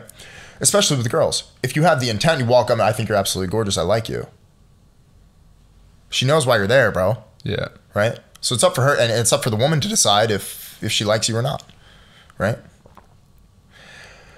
So yeah, there's instant attraction, but for me, I'm kind of a hard nut to crack. Like, I need to actually like see who this person is, because you get 20, 30 minutes in a club, like, even though if you like, you're not going to actually know genuinely who that person is. Right? But I guess you could say I'm a decent interviewer. Yeah, so I would say so. I appreciate that. But also, but it's like the same things you say in an interview. It's like the same process applies to dating. Like, it's like, how do you get to know who that person actually is and what their values are? How do you know that they're not lying to you, lying through their teeth? How do you know that they're not putting on a facade? How do you know that they're not faking it? So you have to understand the nuance. But yeah, I mean, I met her, and then she actually dipped off from me. And then the next day I got a text. I'm sorry. I dipped, but I had a pleasure. It was amazing to meet you, and I want to see you again, or something like that. So we went out on a date, and then that's kind of history. Love to see it. It's kind of history. It was kind of just like, so it's interesting, but I think, like I said, intent comes from certainty, and you have to be absolutely certain. I'm going to say something I said on our podcast that we did when you were on my show. All right. You need 4 things in life. I remember this. You need 4 things in life. So you need to be, whatever you guys want to do, because there's a lot of people who listen to this for advice and entertainment value, and you're very entertaining. I like hanging out with you, and I enjoy talking to you. But on top of that, if you guys want to actually do something, whether it's talking to girls or it's business or it's sales or whatever it may be, you guys need to be consistent. Consistency creates confidence. And once you're confident, you might not know what the hell you're talking about, but you know that you can do it. So you have to create competence, and confidence creates competence. And then when you have all 3, you're consistent, you're confident, you're competent, then you become convicted. And the reason why I can speak with pretty much almost 0 stutters, I know I stuttered a couple times on this show, but I'm convicted in the things that I'm saying. Yeah. I just caught that. Catch that fly. But you become convicted in the things that you say. And when you become convicted, you can do anything. And not convicted like going to jail, but... No, I completely agree. You have to be very clear on... I think the problem is most people don't actually know what they're trying to achieve. Whereas, and obviously, your goals in life, obviously, the goalposts move, things change, whatever. But I religiously think about... it probably develops every like 3 months. Maybe I look at it on like a 3-month basis, like certain goals I have in every area of my life. And when I'm in the sauna meditating, which I tend to do like every day, I'll visualize them as if they're done. Yeah. Like, and whatever, some people say like visualization is bollocks and stuff, but, and it is if you don't back it up with action. But the reason I do that is because, you need to be very clear on what you want to achieve. Yeah. And for me, it's like, I'll have a business goal, I'll have a fitness goal, maybe a social goal, like maybe a goal with like my relationships, that sort of shit, maybe like 3 or 4. And then you just, once you know exactly what you're going after and you almost act like it's already happened, then like you're saying, it gives you the conviction to fucking do it every day. And then all you have to do is win the day. And then when you win every day, yeah, and granted there's ups and downs and certain little things that happen, whatever, which might push you off that path momentarily, but then you just win the day, and eventually over 365 days, a fucking year, and then you look back and see how much has happened in a year. Yeah. Even just in like 3 months, I often do that, and you think like not much is happening, and sometimes like it's a fucking grind trying to do a lot of shit, particularly when you have a lot going on, but you can really move the needle. But you have to be very clear on what you're trying to achieve first, because you ask most people what they're trying to do in life. Yeah. They probably don't really know, or maybe they have a fluffy idea, but it's not that specific. Yeah. But yeah, I think being very specific on exactly what you want to do, and even if it seems like arrogant or you don't feel like you deserve it, like train yourself to fucking think that it's already happened, and then go after it. Yeah. That's very true. But it gets easier, like you said, when you have to get blind confidence from nothing originally. Like when I was like 18 and I got into like ecom, I hadn't done anything, but you have to just arrogantly, crazily believe that you're able to do it and take that first step. But then you get, like you said, you build competence through doing it because you are confident that you can do it, so you spend time on it, and then when you get good at it, you have the skill set and you've got the results, and then when you get the results, it's like, I think there's a saying like experience breeds confidence, because like when you've done it and people around you have done it, it's like the normal, it's normality, and there's always the next level to that, but that first bit's the hardest. Yeah, absolutely. Because no one has any experience when you get started, just by default, and it's the same for fucking everyone. But it's also on top of that, Matt, there's, like I said earlier when I was telling that story of kind of what my backstory is, there's that point where you don't think that you're going to be able to do it, where you've tried it and you've not succeeded. Right?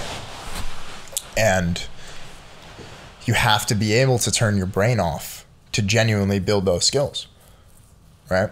You need to make a commit. I think people would benefit from making commitments and honoring the commitments that they make to themselves. Because I don't want to be a person that sits around and says I'm going to do something and then doesn't do it. Oh, I think it's the most important thing in life. Like, your word has to be like iron-willed. It has to be like solid. As much to as yourself. Possible. As much as possible. Yeah. And you have to make the commitment to yourself, because if you genuinely want to live like a better life, or you want to achieve these things because of whether it's ego or it's spirit, and most people want to achieve materialistic wealth out of ego and things like that, but I think that's very good. But or maybe an altruistic perspective of taking care of the people around them. But there's, like I said, there's going to be that point where you don't think you're going to be able to do it, but you have to know what your clear goals are. And I truly think, like,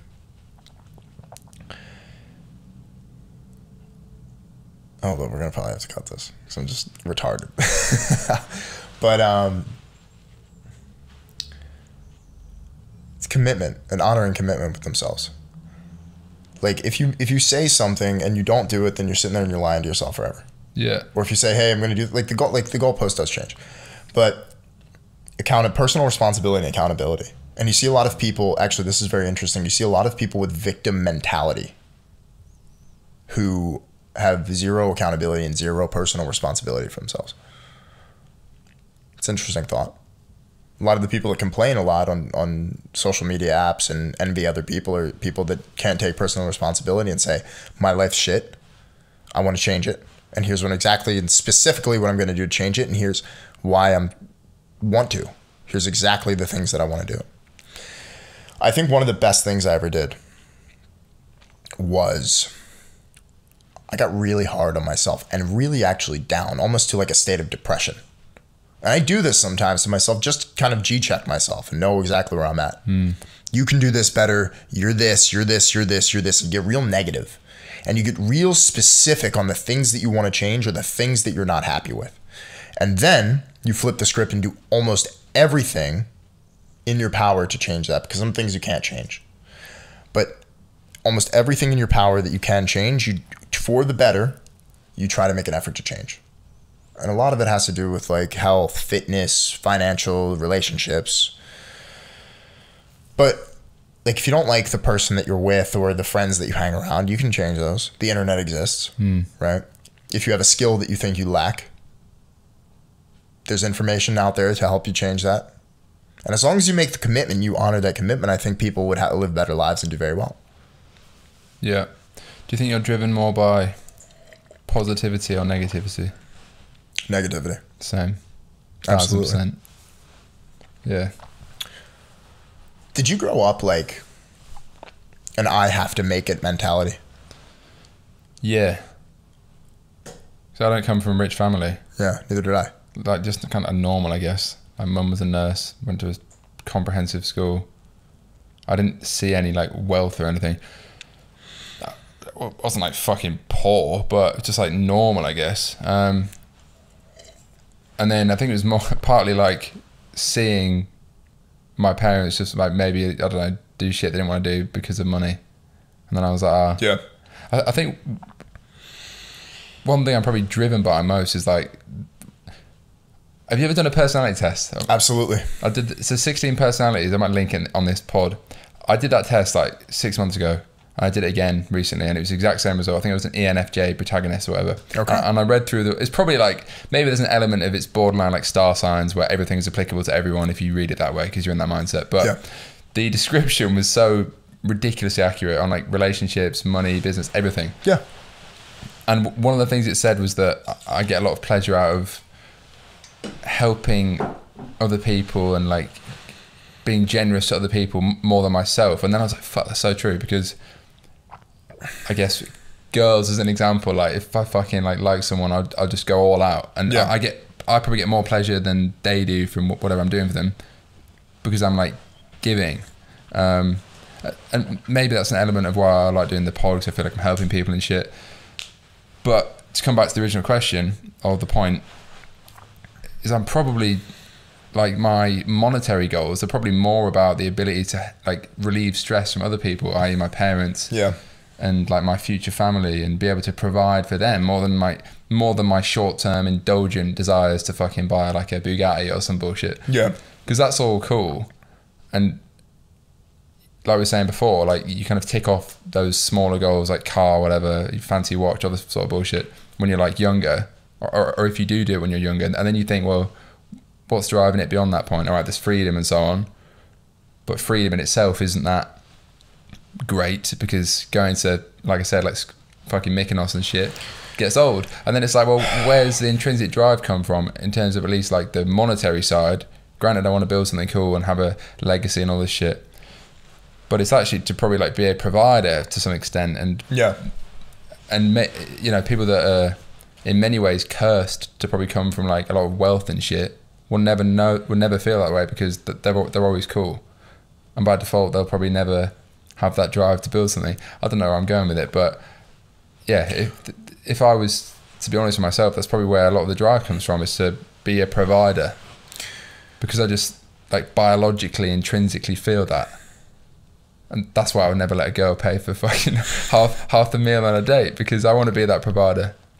Yeah. And that makes me feel like right. It feels right to do that. And the reason I asked you that, I'm hijacking the podcast now. The reason I asked you that was because at some point, I mean, like, dude, you had a Ferrari at 22, right? 24. 24. Oh, 24. Okay. You had the R8 at 20. Okay.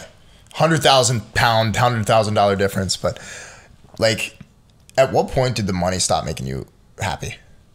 Because like, I think at some point you have to shift the goalpost and you have to change the vision. And I was saying this like on Twitter, and I was telling people like, you know, even if they don't want to get into like sales or copywriting or e-commerce or like whatever the business model is, or whatever the vehicle that they're in order to kind of escape from the slavery of like a job or whatever it is, and they want to live life on their own terms, whatever vehicle they're using to live life on their own terms, at some point you have to change the vision and you have to change the scope.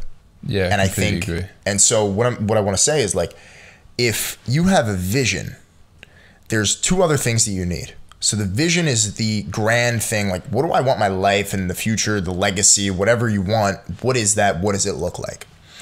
Number two is, what is my plan to get there? And number three, and this can't change, is you have to be able to work and have that work ethic ingrained in your being in order to get there. And so you work backwards, right? If you have the work ethic, then what is the plan, right? What plan am I going to have in order to get to the vision? And so you have to kind of reverse engineer it. Most people, they don't have a plan. They don't even have the work ethic, and they get lazy and they don't have the vision. But I think when you make a certain amount of money, or you hit, and I think honestly, truthfully, I think the number is $20,000 a month in your pocket, your vision starts to change, and like, you can live a really good life on like I was going to make a point like 250. That. Like 240, 250. The reason I think it's that sort of number, right? Because, and you said, when does the money start making you happy? There's obviously fucking levels to money, but I think it's so diminishing beyond about that point, because the initial reason, you know, people get started and they have like no money. And I remember having literally no money. Yeah, like, that's why I started. 40 quid in my account. I was working at a burger bar running Facebook ads on my break. Like, people think like, no, some people don't go through that stage, and everyone goes through that fucking stage unless you come from money or whatever, in which case it doesn't count. But like, the initial drive there is, I want to be able to not do this shit job that I fucking hate. Yep. And then once that's covered, it's like, all right, okay, I want to have a bit of freedom to like do what I want and, you know, enjoy life a bit more, travel, whatever, go out, whatever. And yeah, I think it's like you said about that sort of level. But beyond that, it's more just like keeping score. And obviously there's levels to it. Like you can't fucking buy a private jet and shit. But like even that, I think the difference between like working in an office job, say 9 to 5, like a lot of people maybe are when they're starting out, and not being able to go anywhere, and then actually now you can fucking go to Bali if you want and work. That difference is way more powerful than, oh, now you can go to Bali on a private jet if you're making fucking 100 million. Do you know what I mean? Yeah. That's more just like, yeah, oh, it's a bit more luxurious. It doesn't have a material impact on the way you're living. I think I remember I saw your episode with Iman. I heard Iman say this. Yeah, he's a wise don.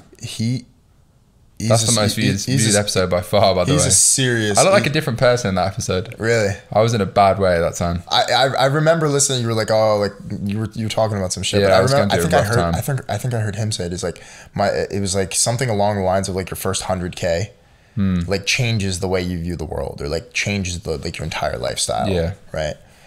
But I think people can live a really good life on 200. Depending on where you live in the world. I think you need minimum, if you're in New York, Miami, or LA, I think you need a minimum 200 grand a year to have fun and like actually enjoy life. And you can do that, and you have to do that on your own without working like a job, because a lot of the enjoyment in those cities is during the daytime. And if you're occupied in an office, you're not going to be able to enjoy that city. Yeah.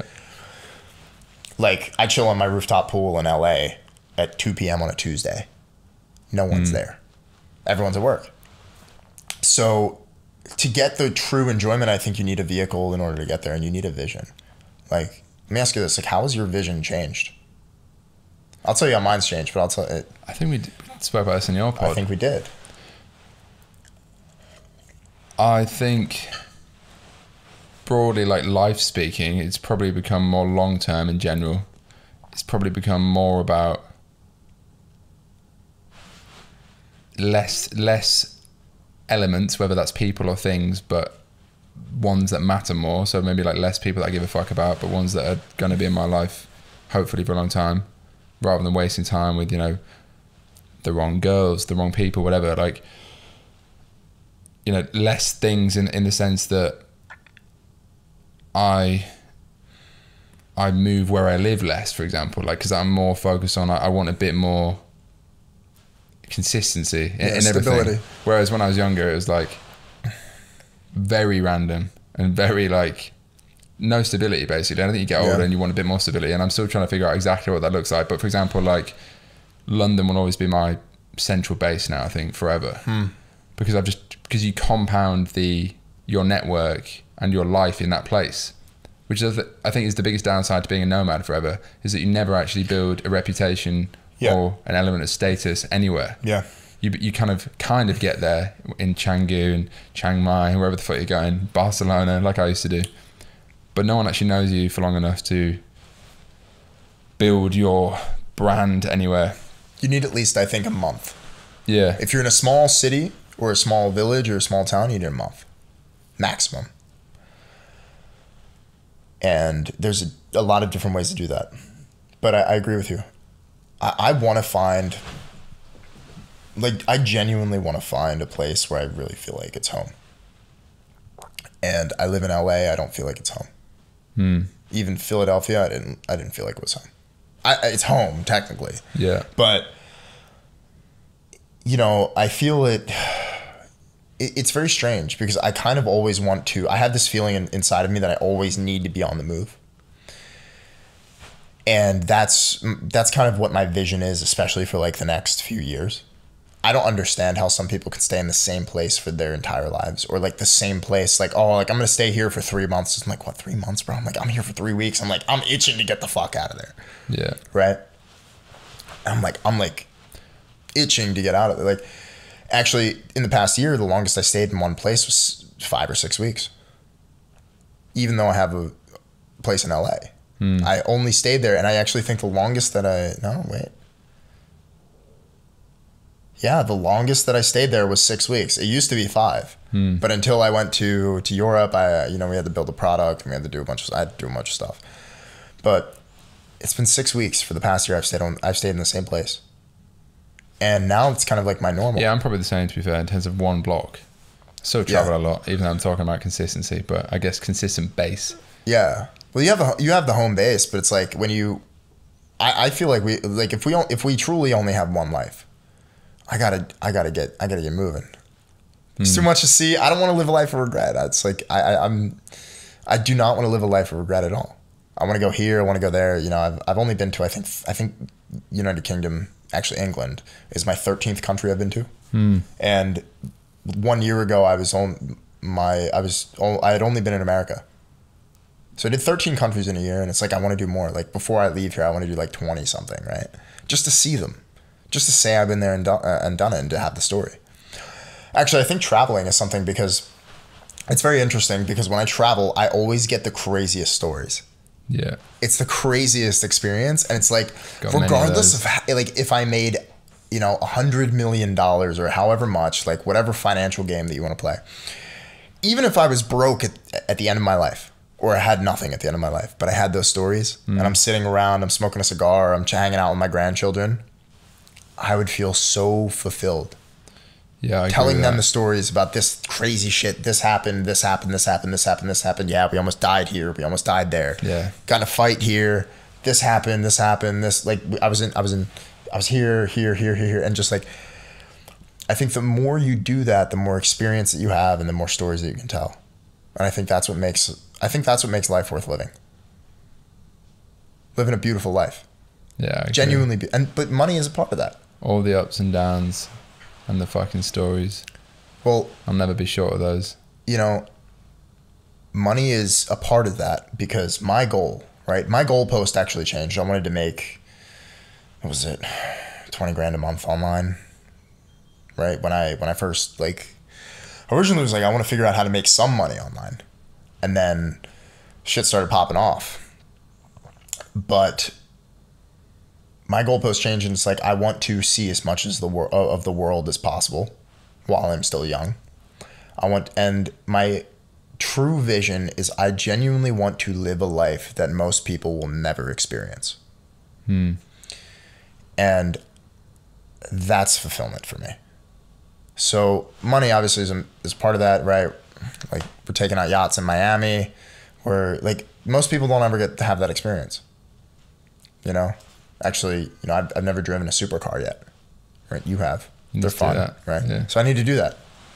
But I want to genuinely live a life that most people don't have the ability to experience, or don't have the financial means to experience, and that includes, you know, traveling the world and seeing places and going to, you know, somewhat dangerous places and things like that. So it's a big world, and I think if this is my only spin on this rock, I need to do as much as I possibly can. I need to fit it in while I still have the energy and the capacity to do so. That said, then, because I guess like the specifics of my life vision that we've kind of mentioned, I feel like never stand that far ahead. I'm probably like, I can see like clearly like 3 to 5 years, and after that it gets a bit foggy because so many things will change within that period. But do you have a grand master plan, and like, I guess within that, are there certain goals by a certain age? Like, how does your life look in 10 years, for example? Or do you go beyond that? Oh, dude, I have no clue. This is a really interesting point. My life changes literally 3 months at a time. Yeah. And I don't even know what I'm doing tomorrow. I'm supposed to fly to Marbella tomorrow, get crazy, go to the club.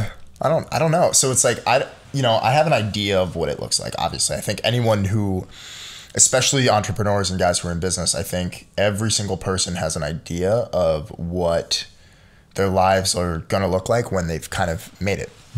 But what's interesting is I already feel like I have made it, and I make a lot less money than a lot of my friends. But I can say this, and I know they're going to watch this. I truly think,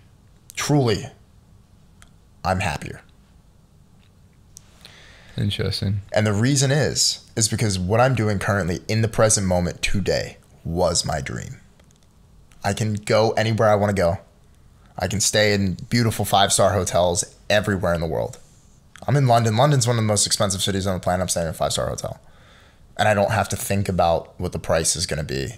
I don't have to think about going and spending 150 pounds on lunch, $200 on lunch, whatever. And I don't have to think about these things. That was my dream. When I first started out, and I was dead broke. I was like, I just want to be able to like go and take all my friends out to dinner, or like go get Chipotle every day and not have to cook for myself, not have to do dishes. Like I want to be able to go and like dude, I have shirts that cost over $1,000. Like I have shirts that cost £1,000, like with the conversion. Like, you know, my shoes I'm wearing right now are $1,000. And I don't like say that in like some sort of like way, like, but that was I wanted to buy nice things, right? It's not like I'm buying like hyper luxury watches or something crazy like that, like some people do, which I think are fucking dope.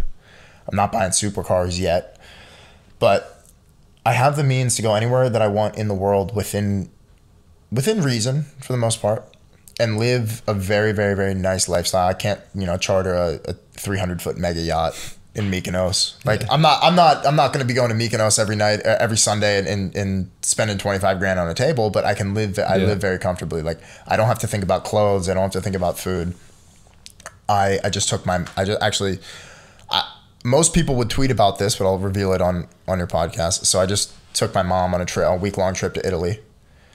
I took my girl with me for the past 3 weeks. Like, you know, and it's those things that make the money worth having, along with the freedom of being able to do whatever I want to do, and also not having an alarm clock. And that was my dream. Because when I used to get up, and when my mom used to wake me up for high school, she used to throw buckets of water on me sometimes, and like just, you know, like, old school. And like I'd be getting screamed at, like, you know, old school Italian mom. Love her to death. And I just want to do nice things for the people I care about, and I have the means to do so. And I don't have to think about clothes. I don't have to think about food. I don't have to think about where I'm staying. I can afford really nice places when I travel, and that's about it. And like I know like the bills are paid, and I know that things are good. That was my vision when I first started out. Now I have to take that a step further, and now I genuinely want to live like a crazy life that people don't get to live.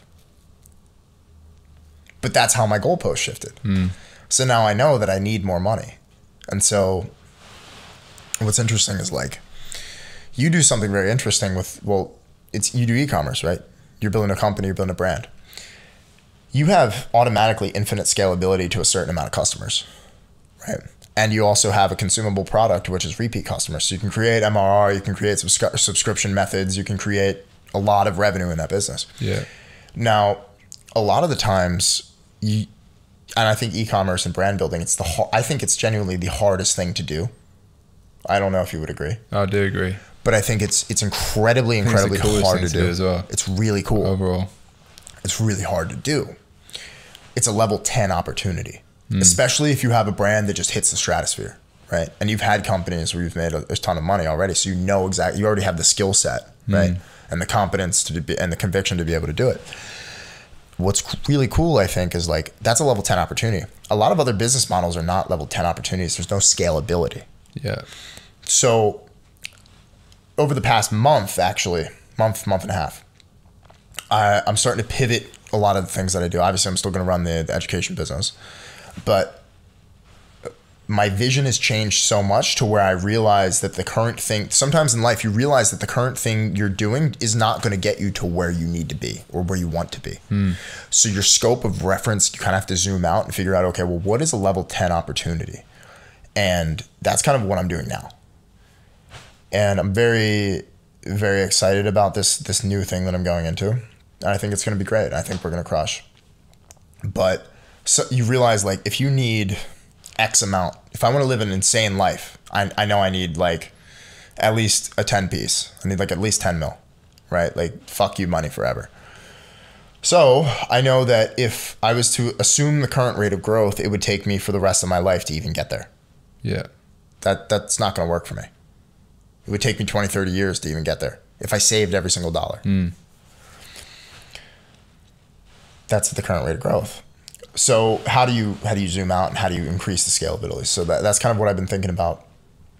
But at the end of the day, it's like, that's where I want to be. That's what I want to do. And that's where my vision has gone. And maybe it'll change and maybe I'll want a more humble lifestyle, but I know I've been to enough places in the world now, and I need to go to more, but I've been to enough places in the world now where I know where I want to live. I know how much it costs to live there and how much it costs to live a crazy life and live a beautiful one. I think you can do that with no money as well, but money makes it a lot easier. Completely agree. So it's very interesting. Like when your vision changes from what you thought, like when you were growing up, you're like, I think it's a sign of maturity, because you're not really married to anything. Yeah. You know, like any kind of business idea, you're not really married to it. Like you can, because you know you can do another one, or you know you have the skills to be able to succeed again. Life's a game of pivoting. Just pivot. You got to choose, make a decision that leads you down a certain path. There you go. And you'll end up going for the poor. You'll end up hopefully in the optimum place, because obviously with more decisions and more fucking life experience, you decide what matters to you, who matters to you, where you want to be, etc. And you become the artist of your own fucking future, really. That's a bar. And, yeah. And I think entrepreneurship is the ultimate alchemy to do that, really. And it's very, very, very hard. That's a great word. That's a great word. Yeah, I think it's a great word. I think it's a great word. I for some reason I forget what I was doing, but something came on. It was like, I think it was in my Uber earlier, and like Gary Vee came on and he was like talking about like entrepreneurs and the new rock stars and all that. You know, he's doing in very Gary Vee fashion. But it's like, I don't think there's anything else that exists in the world where you can genuinely have creative control over every aspect of your life. Not only creative control, but control over every aspect of your life, besides figuring out how to do it on your own. But there's so many problems that come with that. There's so much stress. Like, I think about the things that I need to do, and it's like a million things. Yeah, I think Andy Frisella said this once, and it's so true. Because entrepreneurship is disgustingly hard. That's the truth. Yeah. But it's the greatest personal development process of all time. Because it's 24/7, 365, and it's every area of your life, because everything comes into it. Like, you don't clock off. No. And, you know, it goes beyond just like the actual tangible work you're doing. It goes into like the person you become that is able to do that work, the relationships you build that help that, you know, the fitness you might achieve that puts you in a better state to do that, etc., etc. And yeah, it's kind of mad. We're all just people on a spinning ball of rock, really. But I think entrepreneurship is the greatest opportunity to try and leave your mark for yourself and other people and have some sort of impact. I agree. In whatever thing you're doing. Yeah, man. Like, and just creating something from nothing is just, I think it's what we should be doing. Like, how good do you feel when? And I agree. Like, I think creating something from nothing is the ultimate alchemy. It's art, really, isn't it? It's art. It's alchemy. It's creating something from something else. Like, how good do you feel when people buy one of your products and they leave like a positive review, or they love one of your products? I went on a podcast the other day, actually, for about 2 hours, speaking specifically about the new brand, and it's quite mad because it's one of those. It's like I was saying before, when you reflect on like a few months ago, and I reflect on like that business didn't exist, that product didn't exist whatsoever, and then you have people like buying it, subscribing to it, saying it's like fucking changed their life or whatever. Yeah. And yeah, that is cool. And it's like, fuck, like that all just comes from a brain ultimately. Yeah. But I also then, so I came up with this like kind of cringe phrase, which is like the slogan of the brand now, which is nothing exists until you create it. It's absolutely true. And it's like, it's kind of like this like 80s movie sort of vibe, which is what I'm fucking into. But I believe that in every area of life. Yeah. Like, in terms of like, and this is how I view everything. Like, if there's a girl I like and I see and I fucking want to be involved, if I don't speak to them or just start something, you know, that's never going to be a thing. Yeah. If I don't start fucking going to the gym, I'm not going to get in the best shape of my life. If I don't, like, time is running out. Yeah. And it scares me a lot. And I'm very motivated by that. But it's not just in like a business sense. It's like you were saying, I want to fucking experience everything. Like, yeah, you know, I want to have a great physique. I want to make a load of money. I want to have a beautiful relationship with the most beautiful woman. You know, I want the health, wealth, love, and happiness. Like, that triad of things or whatever. And I think the pursuit of all of that is like what we should be doing as humans, basically. Yeah. But it's very, very hard. Yeah. And that's the hard thing, is that it's hard. It's because so many people get caught up in the hierarchy of needs. Yeah. Right. Like they get caught up in like the first 2 levels of the hierarchy of needs and they never self-actualize. And I think actually it's very interesting. Like just what you just said about entrepreneurship. Entrepreneurship is the ultimate self-actualization. You're literally taking an idea, something that you had in your head, in your consciousness. And we don't, as humans, like we don't even know how consciousness exists. But you're taking an idea that you had in your consciousness based on your experience of the world and creating something from nothing and putting it out there into the world for other people with other consciousnesses to consume. Crazy shit. And it's when you get to a certain level, you can snap your fingers and make it exist. Yeah, it's crazy. It's really cool. Like leverage. Yeah. Like I think about if I pick up a guitar. And, you know, I'm not as good as... I need to play my guitar more. It's just behind the sofa. Oh. I never play that shit anymore. I'm going to start writing love songs again. You should.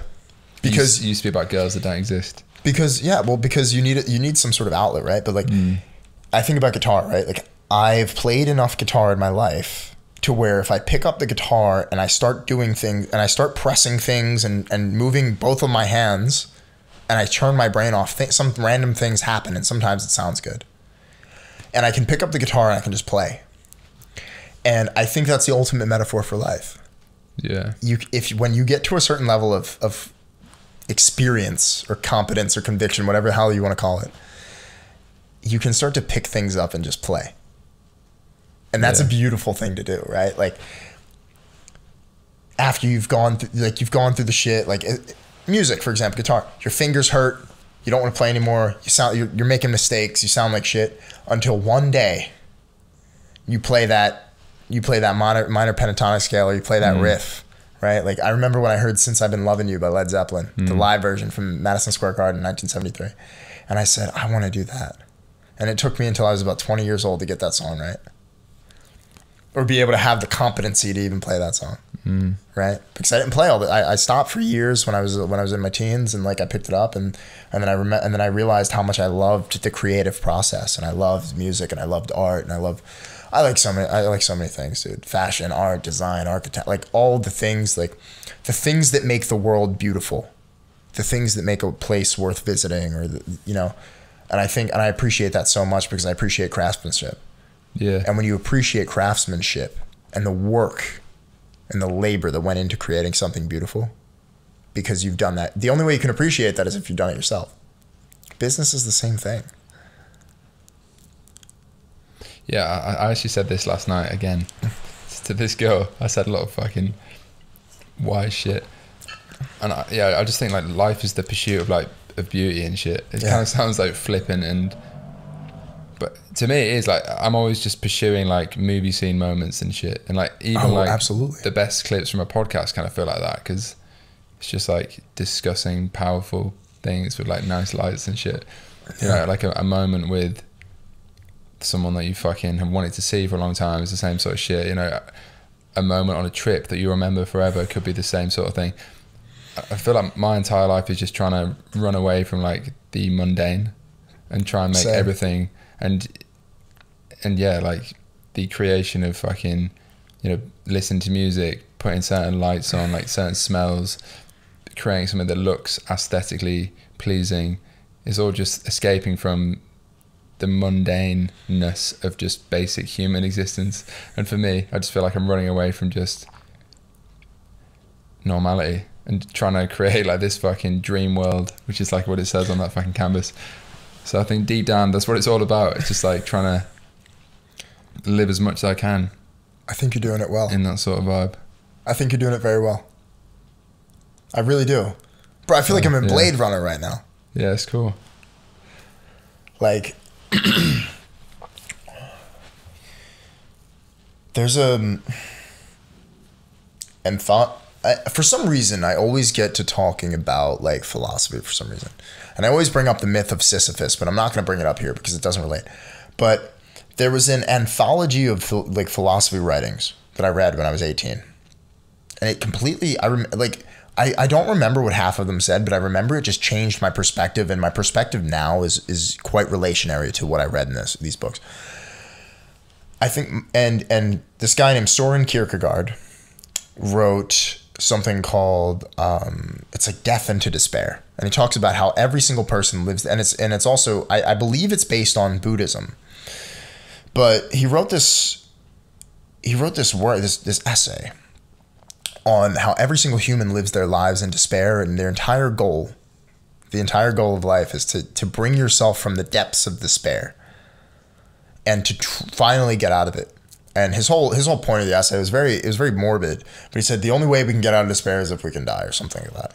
And if I'm wrong, please feel free to roast me in the comments. But and it was very interesting because it goes in line with Buddhism, is life is suffering. And I think everyone needs to create some sort of escapism where they run away from the suffering, because especially in business, right? Like, dude, like we probably both could do a fraction of what we do now and go live on a beach in Bali and just relax and eat coconuts and eat avocados and eat pancakes and chill. Yeah. Right. But there's something inside of us where we don't do that. Right. I think some men have the ability to conquer the world and some men don't. But it's very interesting because a lot of the times it's based on running away from suffering. And that's the whole point of trying to find enlightenment. And I think we can kind of create moments of enlightenment in our lives all the time. Yeah, it's one of the reasons I travel so much. It's one of the reasons why you have these lights here that say create your own reality. Yeah. Because every single day we try to find our own sense of enlightenment to take away the suffering. And actually in business, it's self-induced suffering most of the time. And actually, I would go as far as to say most people have a choice. And most people in the world, actually, I'm not going to say most people because there's some people in fucked up situations. A lot of people in the world are suffering from their own self-induced despair. Instagram. What did we talk about at the beginning of this podcast? Instagram caused social media, attention spans, everything. There are some people, in very remote parts of the world who are experiencing horrible lives, right? Who just lost children to, some warlord or something like that. And that's real despair. That's real shit. Right? Or losing a family member to cancer, or having a family member, like real stuff. But most people living their everyday lives, these are who I'm referencing, suffer from their own self-induced despair. Oh, I have to pay my car. I have to pay my lease. I can't go here. I have to do this. Oh, I have to go to my job, get my wages, get my paycheck. You don't have to do any of that. It's your choice. Right? And it goes back, I want to relate this to how I was like, I was listening to a video of Christian LeBlanc say, oh, I moved to Thailand with $2,000, and I was like, I saved up my first $2,000 and I moved, and I just said, fuck it, right? He could have stayed in that job that he had and be like, oh, I'm not going to leave until I have $100,000. I got to pay my lease. I got to pay my car rent. I got to pay my car. I got to pay my rent. I got to pay this. I got to pay that. He's the guy that just said, fuck it. And he's ridiculously successful. And I think most people need to grab them, especially most guys, right? But most people need to just grab themselves by the balls and say, nah, I'm not going to put up with this anymore. If you're a type of person that doesn't want to live how they're currently living, because it's genuinely self-induced despair. My entire, those two years from when I was 22 to 24 was absolutely self-induced despair. It was all on me because I had the money. I had enough money to live for a year by my 5th or 6th month working. Right? Full year. I could have lived the same. Nothing would have changed. I would have my nice car. I would have my nice apartment, whatever, and I would have been chilling. I would have still ate at restaurants almost every day. Like, nothing would have changed. And I had like 2 or 3 years of runway, and I'm like, why am I doing this? Self-induced despair. So check out, if you guys are into philosophy, or you guys want to actually read, I know some people who probably listen to you read a lot of books. Soren Kierkegaard. And then check out Albert Camus. Albert Camus is the boy. And then Friedrich Nietzsche. I need to read more. I'm trying to read more. Are you not a reader? You seem like you're a very intellectual guy. Yeah, I wouldn't say I'm naturally a reader. Because I struggle to sit down and just focus on one thing, which is why I need to do it more. But philosophy as well, yeah. I've got a bunch of books I need to fucking read. But I don't know where I get what appears to be knowledge from. Maybe just life. Different sources. Yeah, like, I think the craziest thing I heard in philosophy was like, obviously, like you have like I'm gonna reference it. The myth of Sisyphus. It's like he's pushing a boulder. He gets sentenced to hell. He gets sentenced to Hades, and it's a Greek myth. He gets sentenced to Hades, and he's got to push a boulder up a hill up to the top of Mount Olympus or mountain for the rest of eternity. And then as soon as the boulder gets to the top of the mountain, it falls, and he has to go. And his sentence is to walk all the way down the mountain and do it again, and do it again, do it again, and do it again for eternity. And the message in it is one must imagine him happy because there's beauty in the struggle. Because you find pleasure in the journey, and the whole and the whole metaphor is for life, right? Especially when you start at the bottom. When you start at the bottom, you're pushing that boulder out of hell, and then finally you get to the top of the mountain, and something goes wrong, fucking drops again. Yeah. Right. But the journey is in the climb. Like when you when you bought your Ferrari, right? Did you have more fun when you had the Ferrari, or was the journey fun trying to get it? I definitely think trying to get it. Why? It's probably the same with like certain girls and other things as well in many ways. Yeah, for sure. In many ways, for sure. Even though that can fucking drive me crazy. But because I think it's the imagination and it's like the carrot that's dangling in front of you. Whatever that goal is, almost all goals that I've achieved are anticlimactic, I think, which is kind of maybe like a dark truth of life. But then that's why you're right. The pursuit kind of is the beautiful thing or whatever. There's definitely a euphoric moment, whatever, when that happens, but it fades. It's very fleeting, and it ends pretty quick. But yeah, I think that's why you have to find what's worth pursuing and ultimately find something that might take you beyond a lifetime to actually do. So you can always pursue it, whatever that is. But I'm still figuring that out for sure. Yeah, I mean, you're right. Like, I don't think every goal is anticlimactic, but life is a series of moments. Not every, but I think most things, once you've done it, it can only last so long, that kind of feeling of achievement. Yeah, because I think at the end of the day, life is a series of moments. And those moments afterwards may seem anticlimactic, but I think when you look back on it, you're like, yeah, that was really fucking cool. Yeah, another thing I've kind of noticed in life is often I won't appreciate the moment until it's done. But by default, even when I'm aware of that, whether it's like a trip to Mykonos or a moment with someone, or it's like almost I can almost look forward to the nostalgia of looking back on that moment and being like, that was special. Yeah. But and then you can never go back to that because all we have is the present, and it's so cliche. Yeah. But it's also like terrifying, but like beautiful at the same time. And like I think nostalgia is like a beautiful sadness, and that's a feeling that I kind of like.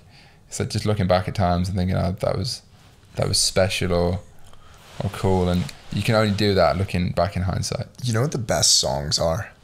The ones that make you feel nostalgic of a feeling that you've never had. So true. Like, dude, I remember being like 8 years old and hearing like "Wake Me Up When September Ends" by Green Day. That made me cry. And you were like, bro, like we're like 6, 7, 8 years old. We're listening to it, and it's like, whoa, like yeah. I know. Wow, that song, I haven't even thought about that for like a decade. That's a powerful song. Or something like Black Parade. Yeah, wow. That's like if you've lost somebody that you loved in your life. Because as a kid, right, like when we were growing up, like it's like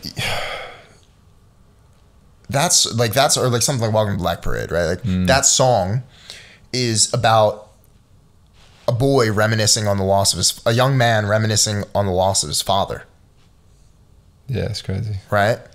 And like things like that are like the old Zeppelin songs, right? Like, what is it?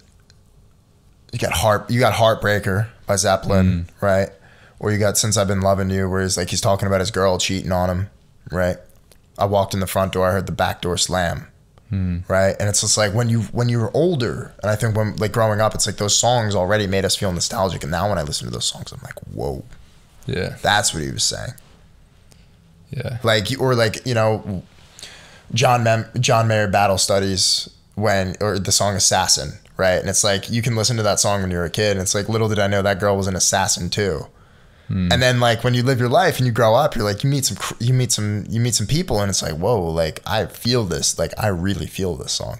And I go back and I think I listen to a lot of that music, and it brings me to a place where it's like, wow, like you'll miss like a certain memory, or maybe not a person, so you might miss a certain person, but you'll miss a certain memory or the feeling that you had in that moment. And I think it's good to do that. But yeah, you're absolutely right. The fucking moment is just like, I'm going to end up putting on some deep music after this pod and just like crying myself to sleep about some deep memories. But no, it's crazy. I feel like we could go on for fucking 3 hours to 5 hours with this shit. But I want to wrap it up shortly. Yeah, absolutely. And a question I ask everyone now, it's become tradition almost. And it's an opportunity for you to think and be introspective, is if you could give 3 bits of advice to yourself at 18, knowing what you know now about life, business, everything, just broadly, you know, covering every area, what would they be? And there's probably plenty, but you have to, the 3 that come to you, I think are probably the most instinctual. So 1 each, or about all 3? Just 3 bits of advice. Broadly. Life, business, and... Well, it can be anything.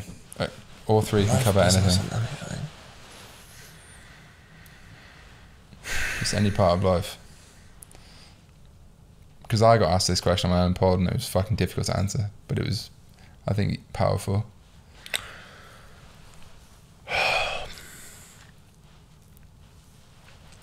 This is hard.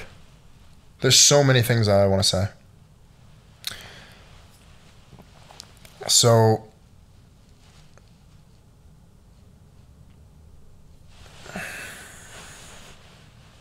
got to pick 3. This will be a cool moment, actually, with the video.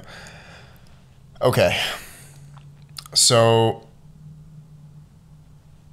number 1, stop doubting yourself. And the reason why is, and I'll give the reason why, because I lived my life for so long always fearing.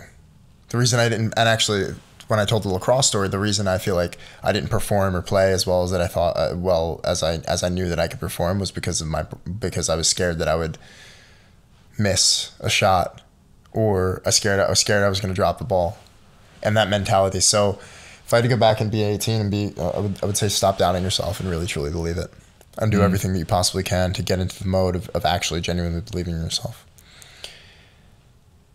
With relationships, I would tell myself that people who aren't for you are not going to ever be for you. Reason being is because a lot of people, and especially when I was younger, especially girls, it's better to know early than to know later. And it's better to be efficient and not waste your time, and not pine after something, or be completely, chasing an enigma or something because most people, actually, it's funny. And the reason I say this is because a lot of and not only girls, but in just terms of people, relationships, business, whatever, a lot of the times we chase an enigma and an idea of how things could be, and then when we actually get there, they're not actually how we thought they would be. They're a lot worse. Or that person or you are not the same that you thought you were going to be, or that person or that girl is not what you thought they would be, or that relationship is not as perfect as you wanted it to be. And so not only that, but just don't expect much, but over deliver and enjoy. And when we under promise and over deliver, or have lower expectations and it's better, it actually makes things better, instead of having incredibly high expectations. Instead of having incredibly high expectations and being disappointed, we're actually really surprised. So that's cool. And then in life, like,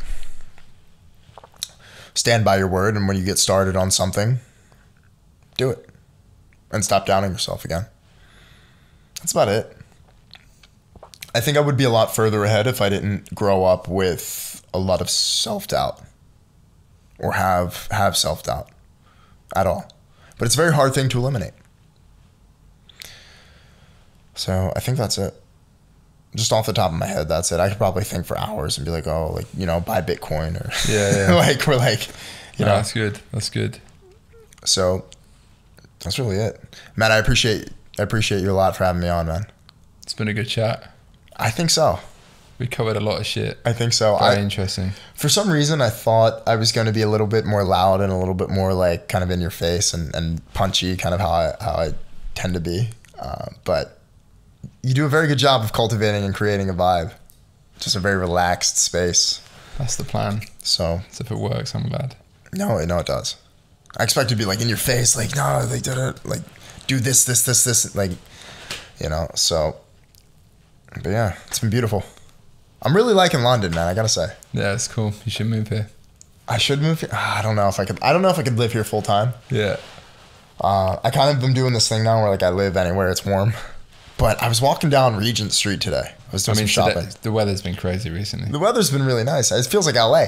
But I was walking down Regent Street, and I'm like, honestly, like I miss kind of wearing a jacket. Like I miss it being a little cold. Like I miss kind of feeling like it's too hot. I miss feeling the wind on my like I'm like, damn, like I miss like, you know, I miss wearing like jackets and stuff like my outfit. I'm like, damn, like I'm in like a same kind of shirt you got on like today. I was like, I'm just in that and like some jeans and like some sneakers. I'm like, what the like I kind of miss it being cold because I've been like in warm weather consistently for almost a year and a half now. Yeah, shit. Nah, you'll have to think about it for sure. Yeah, great. Classic episode. But great episode. Over 2.5 hours. This might be the longest pod we've ever done. At least according to what's on the screen. If you enjoy the Midnight Pod, subscribe. Go check out David's stuff. We'll put links in the bottom. Put links. It's Hubi. I got a Hubi now. Yeah. It's who.be/DXVID because David Dobrik took my name. Yeah. What an asshole. Yeah, took my name. Like, who's that guy think he is? That's how it goes. Yeah. Subscribe to the pod. Like the video. Send it to a friend. All that good shit. And we'll catch you in the next episode. Cheers for watching. See ya. Peace. Bye.